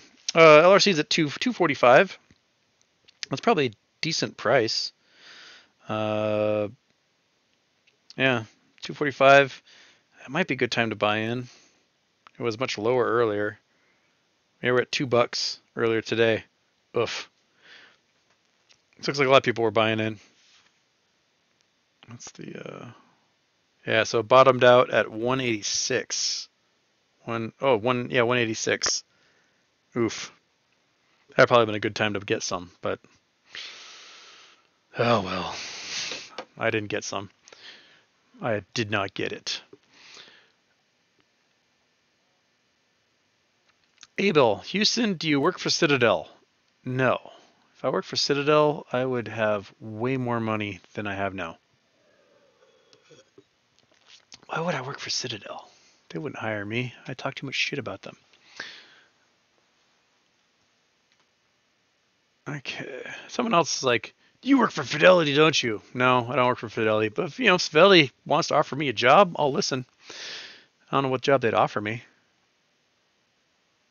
Oh, super chat from JF. Thoughts on the viability of plasma thrusters on satellites for low impact maneuvers after orbit insertion? Much love from Northern Norway. Yeah, those and ion thrusters probably would be great ways to slowly accelerate things. Basically, turn that sunlight into energy, and you can get twofold. You can have a solar sail that's facing the sun, and that solar sail can be made of photovoltaic cells, and you can transfer that energy also into thrust, so you can just power yourself right along. I think that's very viable. Nuclear batteries can probably generate enough output to do ionic thrust as well. But the plasma thrusters themselves is technology that's still being kind of perfected. They can get some thrust, but the amount of thrust is very, very, very slight and takes a lot of energy at the moment. But they are working on ways to sort of increase the efficiency from like 1% to 30% like it would be for a combustion engine, which would be fantastic if they can get to there. Yeah. There's some cool YouTube videos I found with plasma thrusters and ionic thrusters. There's a Michigan, I can't remember which university at Michigan, might have been Eastern Michigan. A guy made a flying ionic thrust airplane finally. So they proved that that technology can work, but the power source needs to go through the roof to be able to make something much bigger, work on that scale. And then the plasma thrusters, basically right now are working, just kind of look like big blue flames that shoot out the back like anything else. And they've got a lot more thrust than the ionic ones, but there's still a lot of work to be able to get those things to move more. Okay. 3482 J-Dog. Still waiting on a nice billionaire to screw it and YOLO into a meme stocks. That would be such a legendary move. I mean, if you're worth $100 billion, why not live a little, man? Like, just do it. Just throw $2 billion at something and just watch it go crazy for the sake of it. And if you're worth hundreds of billions of bucks, you could have been slowly buying 10,000 shares here and there every day for the last year, or loaded up early before all the everything went haywire, and then you just put in an order for like $2 billion and watch the sucker just go bonkers. That'd be fun. Why not? Ronald Rose is giving us some coordinates here. Looks like we're heading south, possibly the Caribbean. Let's look. Where are we going? Boom. Maybe Florida? Where are we? Oh, Puerto Rico. Going surfing? Punta Higuero. Is that, what are you? Are you some sort of, what is that? Ah, nuclear superheater. Boiling nuclear superheater reactor facility. Bonus. I have no idea what that's all about. Prototype. Ah! Don't tell me to do that stuff. Okay. It was a prototype whose objective was to assess the economic and technical feasibility to integral boiling superheating concept. Construction of bonus started in 1960, and the reactor had its first controlled nuclear chain reaction April 13th, 1964. In 1965, full power operation was achieved, 50 megawatt thermal plant and steam temperatures of 900 degrees Fahrenheit. It was terminated in 1968 because of technical difficulties and ensuing need for high-cost modifications. Puerto Rico Water Resources Authority decommissioned the reactor in 6970. All nuclear materials were taken away. Huh. Cool. It's pretty neat looking. It's a pretty cool little hip design there. So basically they made superheated steam and then got the energy out of the superheated steam, probably by turning turbines, be my guess. Huh. Oh, building's radioactive. Oops. Cool. I did not know about that place. So there it is. That's the bonus. And I mean, looks like it's in ruins. Everything else, these all look like ruins. There's a couple of cars still there, but there's a gate across. So go visit Rincon, go surfing, and then hang out there. I have some friends in Rincon right now. Should have them go take some pictures for me. I dig that. I dig that place.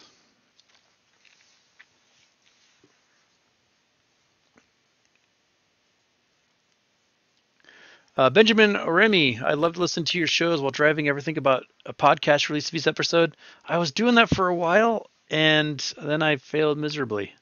I got really behind and then just stopped uploading because I have to get them into audio file, and I always forget to hit the stupid record button. There's a record button right next to my start stream button, and I forget to do that.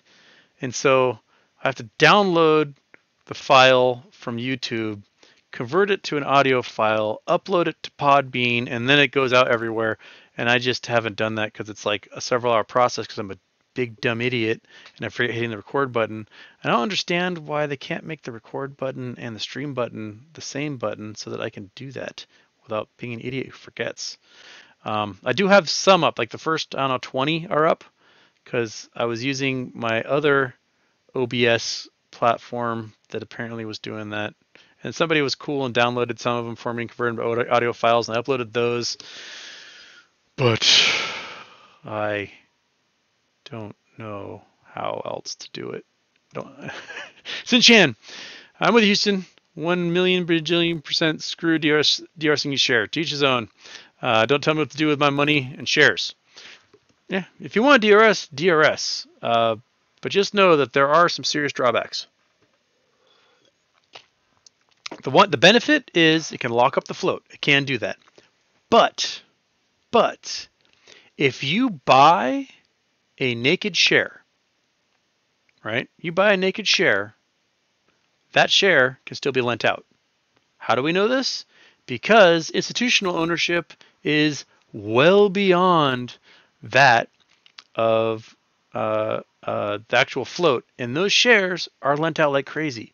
We saw the recent numbers at 70 million shares short interest. That means 70 million shares have been borrowed. Only 50 million shares have the potential to be borrowed. So how can they borrow 70 million shares if only 50% of them are legit shares? 50 million of those are legit shares. So they're still lending out synthetic shares to people. They're taking fake shares and lending them out and making more fake shares out of it.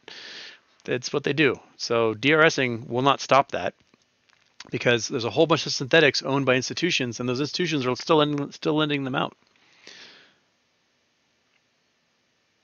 Abel, do you work for NASA? No, but I did have a NASA space grant in college. But no, I don't work for NASA. I don't want to live in Florida or Alabama or Texas, so I don't want to live in any of those places. So I don't work for NASA. Maybe JPL, Pasadena is kind of nice, but I don't want to live in LA either.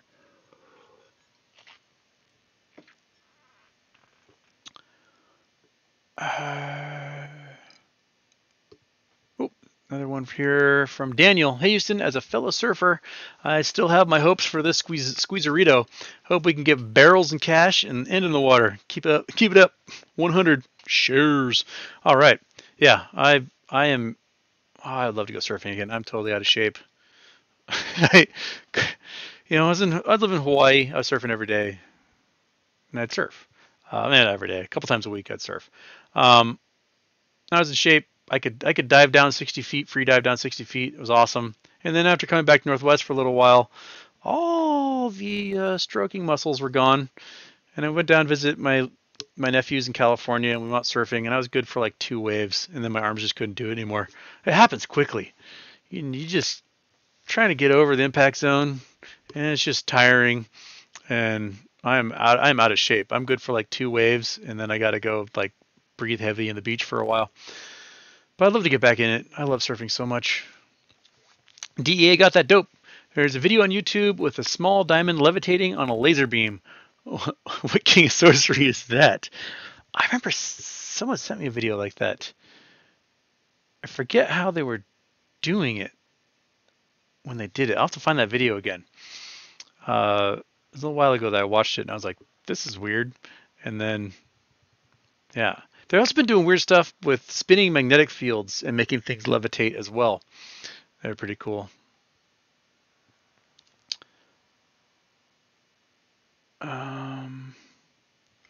Cater King, does anyone have any thoughts on becoming members of AMC Investor Connect? Is it okay to do? I did it. They just get your name, email address, and your favorite and your favorite local movie theater, and then you ask are you an investor or no, and you say yes, and they do no checkup as to whether you actually own shares or not. So I have no idea how. I mean, it seems to me like anyone can say, yeah, I own AMC shares and get whatever this NFT is going to be. So, maybe there's more later. They'll check in and ask, like, what are your investments specifically?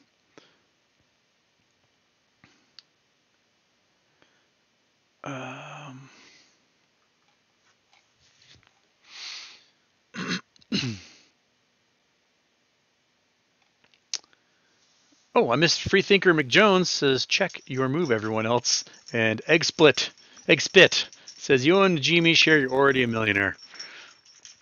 If you sell it just right, for sure. Shaney, Death Pod comes from the sky. I've seen Gore many times. Rest in peace, Dave. Oh, Gore is such a magical show. Even post Dave, they're still so much fun to see. I love going to the shows and you get covered in Gore juice. And then for me, like, show's over, you go back to the ferry terminal and ride back to Bainbridge. And you'll see like dozens of people also covered in Gore juice. Like, oh, you were there? I was there too. You were there? Oh, I was there also. It's wonderful post-show camaraderie on the ferry boat of all of us people covered in jizz and blood from Gore.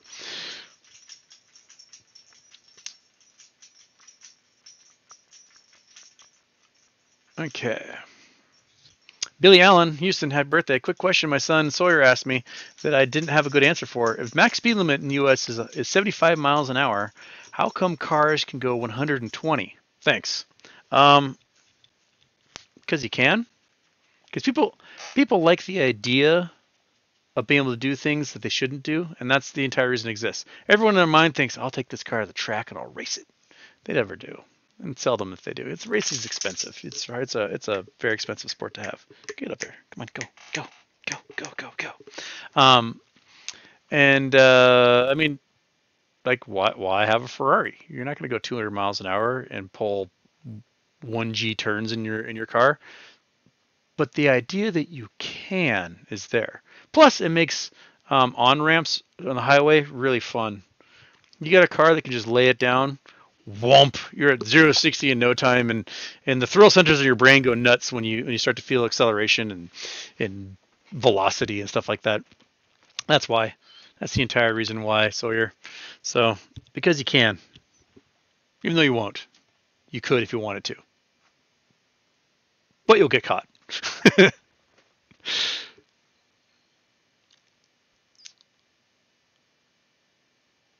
Josh Dobbs, you said Monkey Boat eats coyotes nonchalantly. Is that for real? Well, she hasn't eaten one, but she has kicked the shit out of a lot of them. There's something in her brain that says you should not exist, and if she hears one, she goes after it. People keep saying, "Oh, she might get ganged up on," but she runs so crazy fast. I'm gonna have to get a video for you guys of her sprinting. She can run 40 miles an hour like a greyhound. It is nuts, and it is silent, and it hits those coyotes, and they don't know what the hell it is, and they just go poof, and then whichever one gets left behind just gets the shit kicked out of it until she's satisfied. Yeah, I mean, she'll be able to do it for a couple of years, then she'll be an old lady and probably won't be able to do it anymore. We'll have to find a protector for this gal. But at the moment, she's gnarly. There's certain animals that the instinct on her triggers, and she's like, I must murder. That's coyotes, squirrels, pigeons, deer, goats. Those five things I know for sure. The murder button is on. They're pig hunters. I never introduced her to a pig, so I don't know what would happen with her brain if she saw a boar. She loves horses and cows. She just loves being around horses and cows. So there's nothing there that makes her want to like murder them. She's fascinated. The horse will probably kill her because she keeps trying to like climb inside their butts and just give them a good old smell. She'll probably get kicked to the moon one of these days by a horse or pony. But she just loves them. And like stranger cats, she'll chase a stranger cat off the property. But like our own cat, she's like, hey man, you're my buddy. You can hang out with me and snuggle all you want. I got a new roommate that has a bunny. Oh, she has eaten lots of bunnies. So the bunny's in a cage, and she's really fascinated with it. And I'm trying to convince her that it's a friend and not dinner. And slowly, I think she's accepting the fact that it's a new member of the household, part of the pack. But there's still part of her that's like, but I kind of want to taste it. She kills rats. She's caught quite a few rats. She and the cat will tag team on mice. So the cat will like pull a mouse out of a hole, and then the monkey butt will finish it. So she's a good hunter, man. She will do the murder when she has to.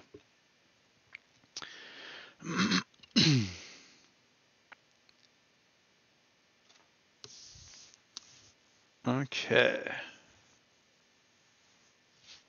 J-Dog says that spot in Mozambique is a rainforest on an old volcano. So it is an old volcanic structure. There we go.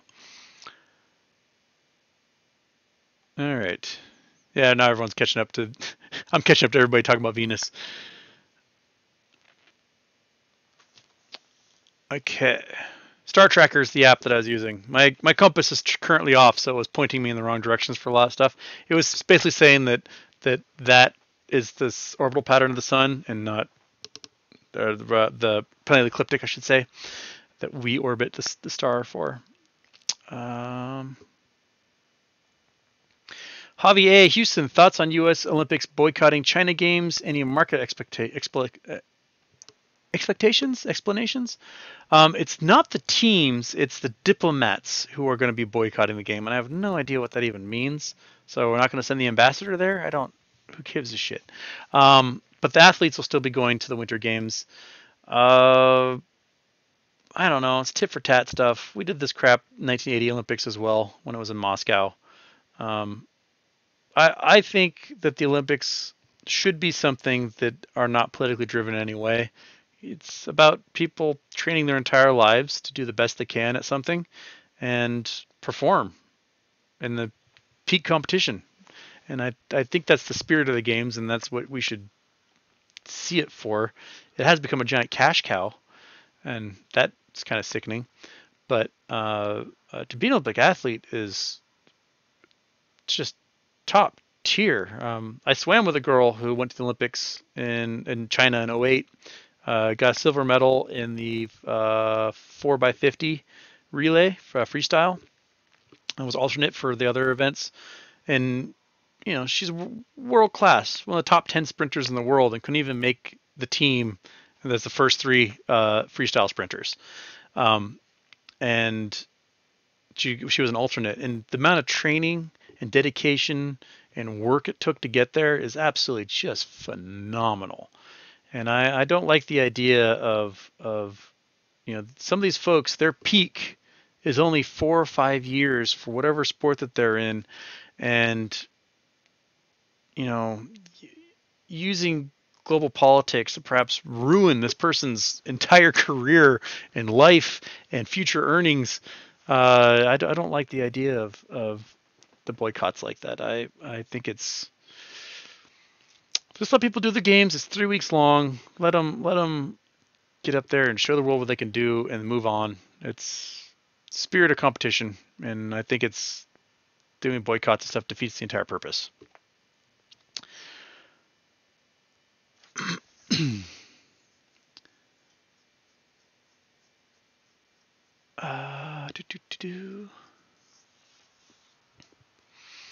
Sal Cordic, do you think space is dead or should I buy more? Bought heavy at $27. What is space trading at the moment? That's Virgin Galactic. Come on, get me there. Virgin Galactic is currently trading at 14. Oof. Man. We had a big peak at $55 in June when they did their launch, and it's just been a steady drive down. But we've had peaks and valleys like this before. It was at 15 in May, and then back in February it was at 60. So, we got lots of peaks and valleys. Lots of peaks and valleys. I don't think it's dead. Richard Branson doesn't quite have the cash on hand that Bezos or Musk have, but he's got a working product that is currently under review by the FAA. They got a really cool spaceport in New Mexico. It's really cool building. I think they stand a chance to be taking tourists up soon. Once they get through this FAA stuff, and once they start taking tourists up, we'll see the price go right back up again. But they do not have the deep pockets of Musk or Bezos. Richard Branson's a rich guy, but he's not that rich. Yeah. Although they did just launch a big old fancy cruise ship line, Virgin Cruises or whatever. We'll see how that plays out. Kind of a terrible time to be launching a cruise with COVID. But, we'll see.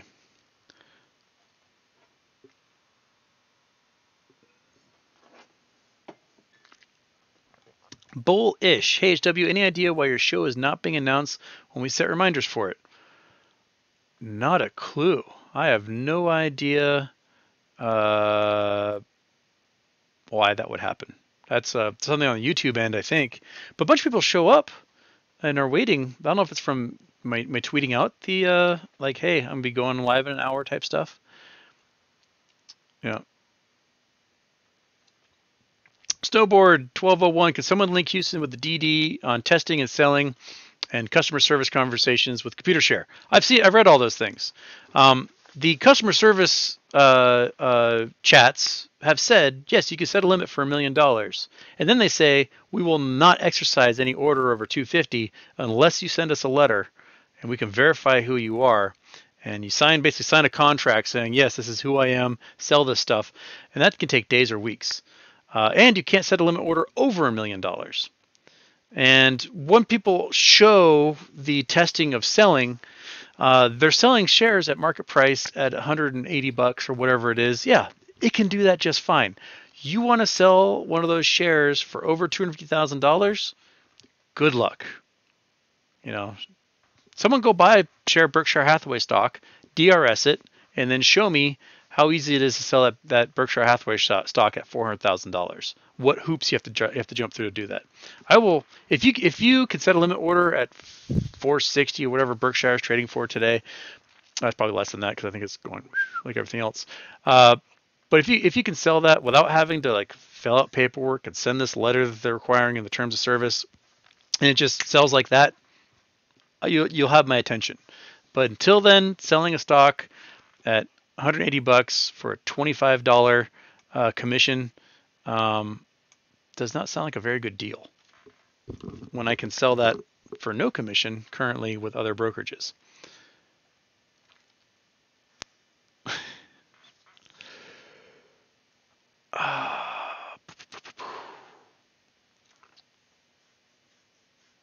Tinfoil time. Anyone else see a sharp increase in text, phone, email scam attempts? Anyway, to find out if it's provably related to our squeeze. I have no idea if it's provably related to our squeeze, but I get, I don't know, 10 unknown phone calls a day on my phone.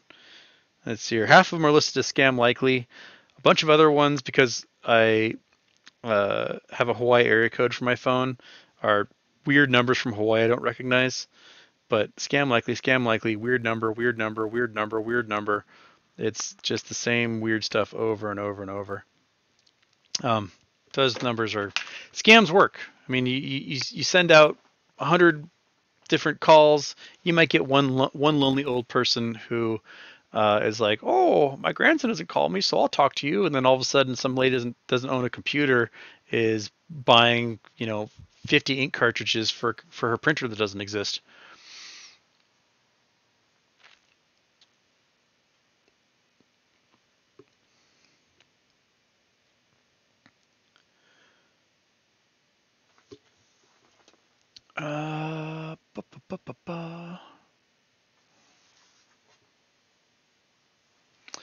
B-Ball 3710, what's something you'd say to someone who believes in shorting manipulation but skeptical that MOAS happens? So they believe that all this shorting's happening, but skeptical that there'll be comeuppance for all those short sellers. I mean, I can understand the skepticism, because the skepticism is based upon us, the average Joe, seldom if ever getting a win. So why would millions of average Joes all get a win at the same time? I mean, it would definitely screw up the work market, that's for sure. There was that poll recently that showed that 4% of people stopped working due to gains they had made in crypto. It's like, hey, I invested a bunch of crypto, I don't need to work anymore, I'm done. And they left the workforce. Numbers like that can really put a crimp on businesses in general. Like, if you can't get more people to work because they game the system and now they don't have to work, they basically have too many people on trust funds, essentially.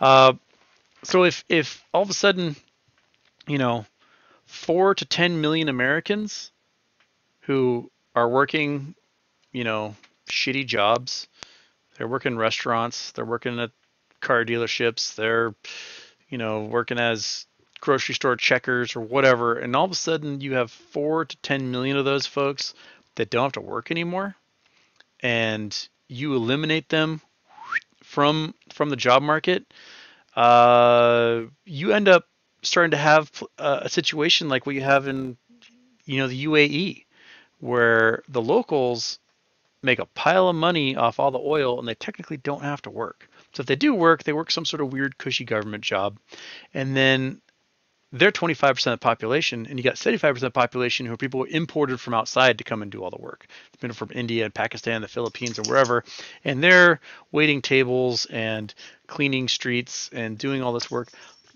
The United States, if MOAS happens, is going to have to drastically change their immigration laws to bring in people to fill that void that we're going to make if we don't have to work.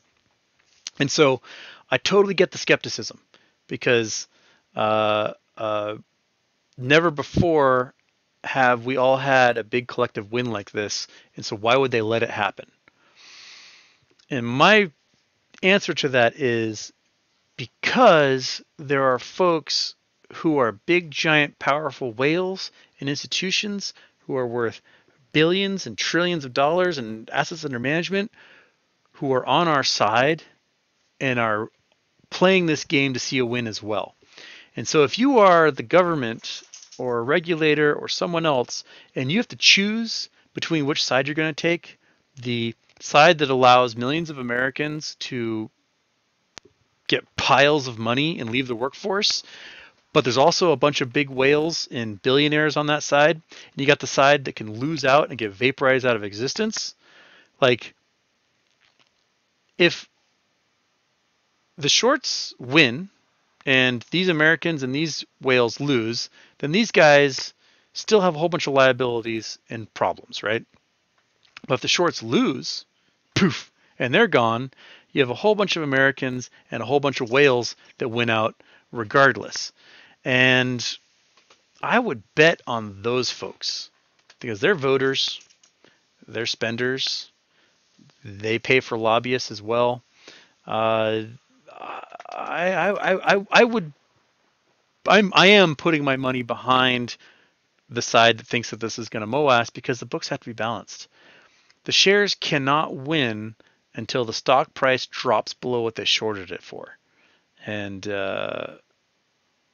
yeah, that's what I have to say about that. Okay.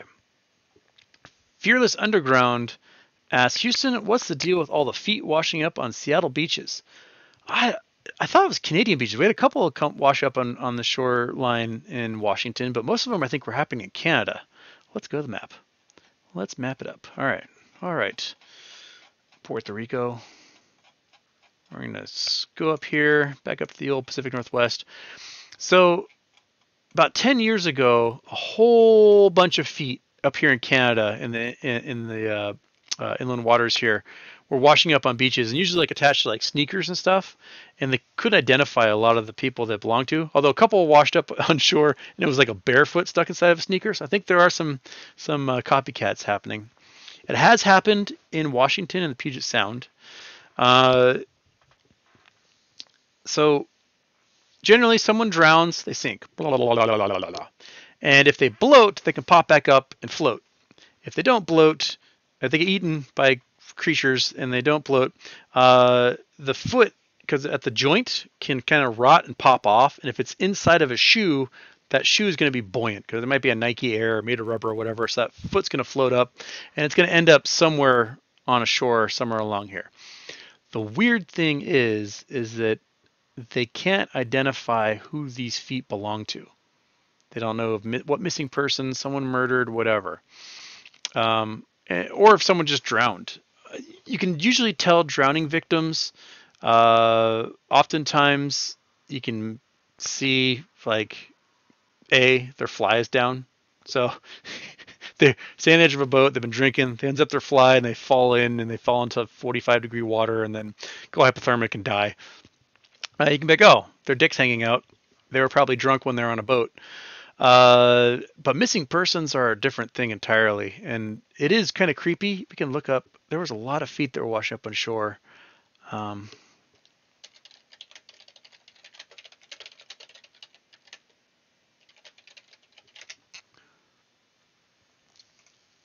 Okay, so this is from, I forgot to turn off the Google Earth. So this is from a few years ago, 2016. So, no. This is from February. So more than a dozen feet and shoes have washed up on BC beaches, and one case remains unsolved. So there's some of them that are still unsolved. So they did find some others. But yeah, a foot that's in one of these type of sneakers will just float right back up and then keep going. So even if, let's say it's a mob hit, right, and you tied some weights around somebody and you sunk them at the bottom of the waterway and they're down 600 feet, well, eventually that joint around the ankle is going to rot and that foot's going to break free and float up. So if you want to keep people from being discovered and you are some sort of mob murderer guy, I would suggest possibly like taking the shoe off or, doing what the mob guys do. They put their feet in concrete and throw them over an edge. That's a great way, I guess, to keep those things from floating upwards.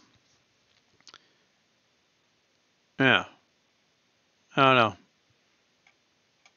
My mom reads lots of murder mysteries. She could probably tell you all sorts of different ways to hide bodies. She loves her murder mysteries. Yeah, these things happen quite a bit. So I don't know if they're murders, if they're accidental, or what. But a lot of feet have been washing up. Squamps. Why are snuggly cats so gosh darn snuggly? And how can we harness this energy? I think there's only one way to harness this energy, and that is to have them snuggle you and energize you personally. Beyond that, I don't know how else to do it.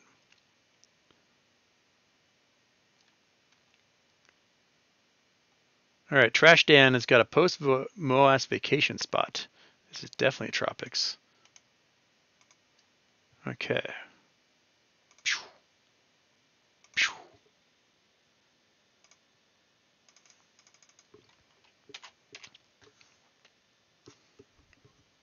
Where are we going? We're going to... Where's Venezuela? Where are we? We're on a little island on a river.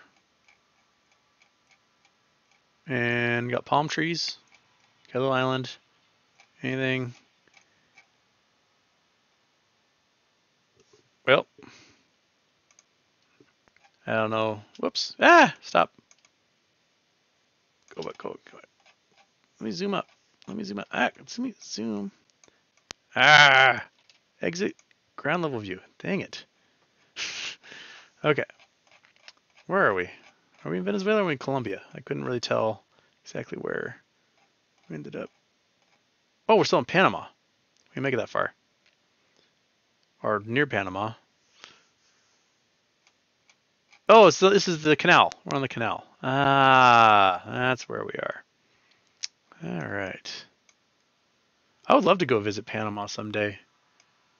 That'd be cool. So it's a little island on the canal. I see. All right. Cool. Right on.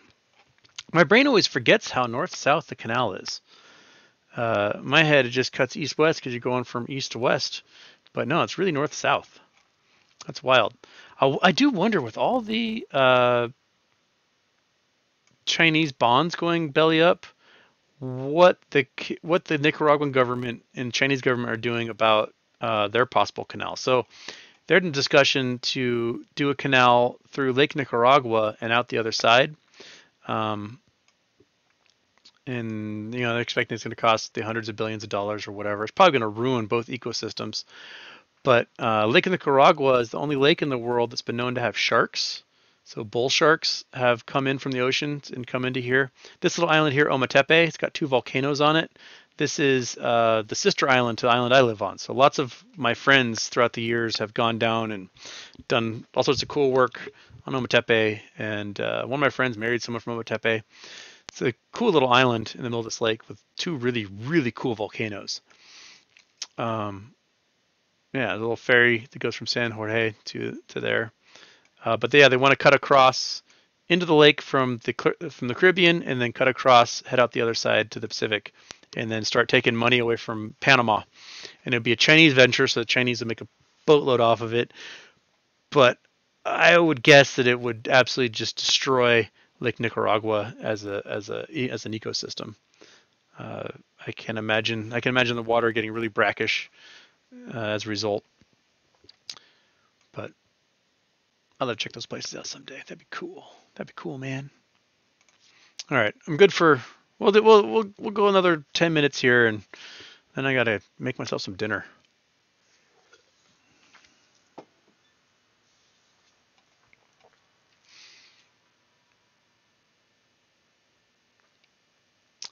Yas, Houston physics question. When you open a water faucet, water rushes out, whop, and hits the sink. Once the sink is clogged, water starts gathering up, and you notice where the water hits the sink. Why? I'm gonna be totally honest, Yas. I don't know what you're asking me there. That is, I reword that one, and I'll try to answer it for you. Dead Broke Investments, Houston, do you think the institutional ownership grew so they can make profits lending out shares of AMC and GME? Yeah, and if it's as short as it is, then they can make profits selling it when they get their real shares back. So it's a two-way street. If you can make steady cash lending out these shares, and you can make cash when the squeeze happens, awesome. Usually when these groups lend out their shares, they lose money. Like if I were a mutual fund, yeah, you can make some cash off of lending out your shares, but it's not that much compared to what your investment is and what your losses are if they're getting short attacked. So let's say you have a stock at $10 and you lend out those shares and you're making 1% a year on that. Cool, you're making a penny off every single one of those things, or 10 cents maybe a year off that stuff. But then the value of the stock gets shorted down to 85 cents. So it would take 100 years to make back what you just lost on that short attack. A lot of these institutions, I don't think, quite take that stuff into consideration when they lend out their shares. That they're lending it out to a fund that's short attacking the stock and is just going to drive the price down. So their initial investment loses so much value for what? 10 cents a year per share, maybe less. It's pretty wild, man. The water forms a circle on the sink. Why? Talking about like when it splatters and goes out? That's just impact, man. It's going to reflect, I guess. Is that what you're asking? I think so. I don't know. I don't know. What's for dinner? I think burritos. No, no. I think I'm going to do smoked salmon Alfredo. 'Cause that's easy to make and it takes about 5 minutes. Smoked salmon Alfredo tonight is what I'm eating. All right. Pew.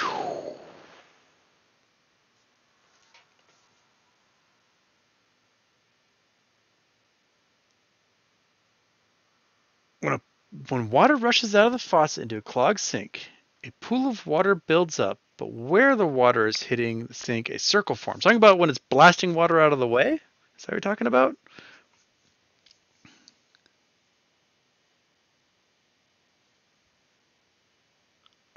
You might send me a video and ask me exactly what. I mean, you have energy hitting a system, a fluid system, so it's going to push stuff out of the way. It's going to transfer momentum into that system, so you will get a depression in the pool of water where that water is entering, because it's displacing things. I think that's what we're asking. Yeah. Okay. All right. That's it seems I hit it. Okay. Yeah. It's a transfer momentum of the gravitational fall of the water moving stuff out of the way, making basically a low pressure area uh, uh, uh, that makes that little dimple in the surface tension of the water. I think that's what we're going for there. All right.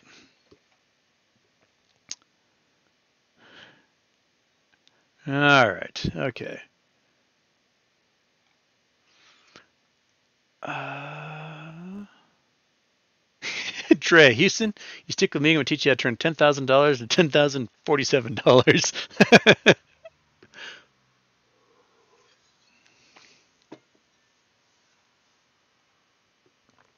All right, XBit's got quite a bit here. 3 students clubs together purchase a secondhand TV for £30 from a store. They split the cost equally and then give the store assistant £10 each. Shortly after leaving the store, the manager said the sales assistant, the students get a discount. The TV should cost £25. Manager tells assistant to refund the students, so takes £5 $1 coins from after them. Just before catching up with the students, the assistant decides to pocket £2 and give the students remaining £3 or £1 each. This means the students ended up paying £9 each for the TV in total.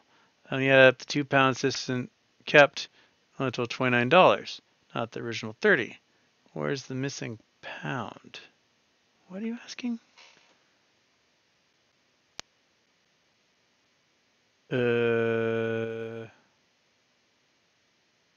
Huh? No, they got 28, not 27. they got 3 pounds back. So that's $28. 28 pounds. Because 25 plus 3 is 28. So you're subtracting wrong. They got 28 pounds back, not 27. There is no missing pound. There. Solved that one for you. All right.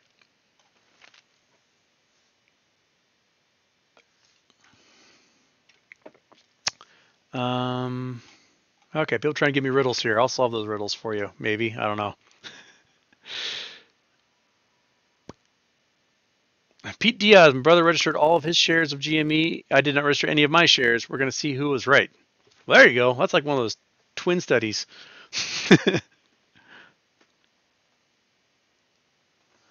Dre, I'll buy the Berkshire thing right now and prove the point.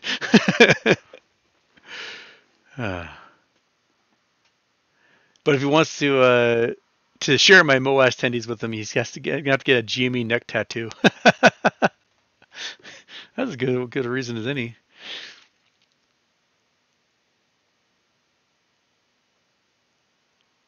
Okay.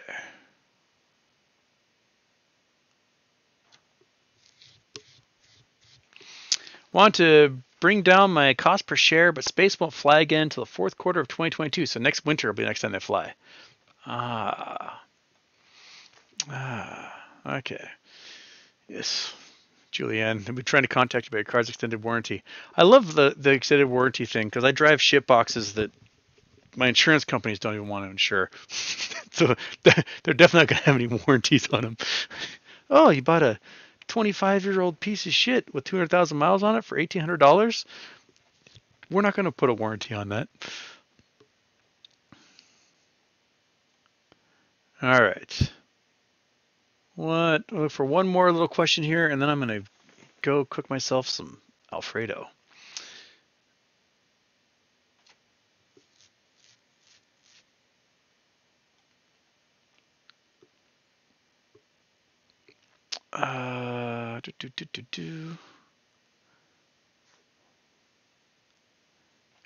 Jonathan K., how can we invest into helium-3 now?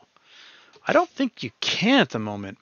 Because all the space companies that are devoted to doing that are either owned by governments like China, Japan, or India, or it's Jeff Bezos. And Jeff Bezos has no interest at the moment of going public with Blue Origin. He knows for a fact that if you go public, you can lose control of your company if you keep trying to sell off shares to pay for things. And so I don't think he has any interest in taking Blue Origin public at the moment. He wants to have total control over the future of that company. I think it's really interesting that, I don't know if you guys saw last week, the leaked emails from Elon saying, like, hey, if we don't get this Raptor rocket figured out, we're going to go bankrupt. I think it's very fascinating that like Jeff Bezos was so convinced that he was going to get the contract from NASA to do the lunar lander that he hired entire teams and built out all these offices and put all these things in place as if he's going to win it, because he basically was like, NASA, you don't pay for it. We'll pay for it. We just want you to use our thing on the lander. And then they went with SpaceX, and SpaceX is going to cost NASA $3 billion to build the lunar lander, and Blue Origin was going to just pay for it. And you're like, no, we'll pay for the $3 billion. You don't worry about it, U.S. government. It was very strange. I think Jeff Bezos needs a better lobbyist or something in there to get these folks to purchase his or give him the contracts that they need. And right now, SpaceX is so far behind on their Raptor rocket, they don't even have a rocket that can get things launched out there. Like, the payload capacity of the current Falcon 9 basically means that the spaceship that Elon wants to take to Mars is going to require like 30 launches to get enough parts up there to piece together. And that is just too much money. That is so much money that no one's going to be able to afford to do 30 launches to do that. So they definitely need that Raptor rocket working. And if it isn't working and they aren't doing their 2 launches a month, they're not going to make it till the end of the year, and that'll be it. They won't. 2023 SpaceX would cease to exist. So Yeah.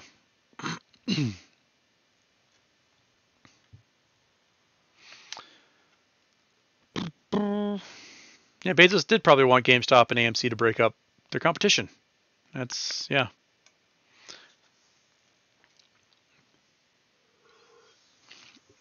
But Bezos isn't even CEO of Amazon anymore. He put somebody else in charge, and now all he cares about is space.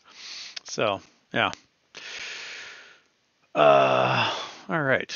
What other? Maybe we can do one more here. One more question.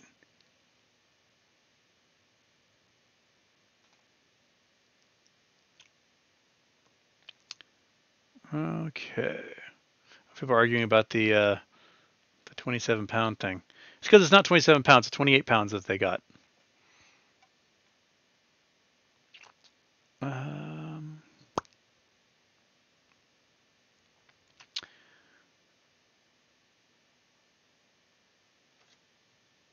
so we're fooked if there's no way to get rid ourselves of nuclear fuel byproduct. There are ways. There's thorium reactors we can use to get rid of a lot of nuclear waste. It's just that we haven't approved any. So can you see the back of my head? I don't know. Is it okay?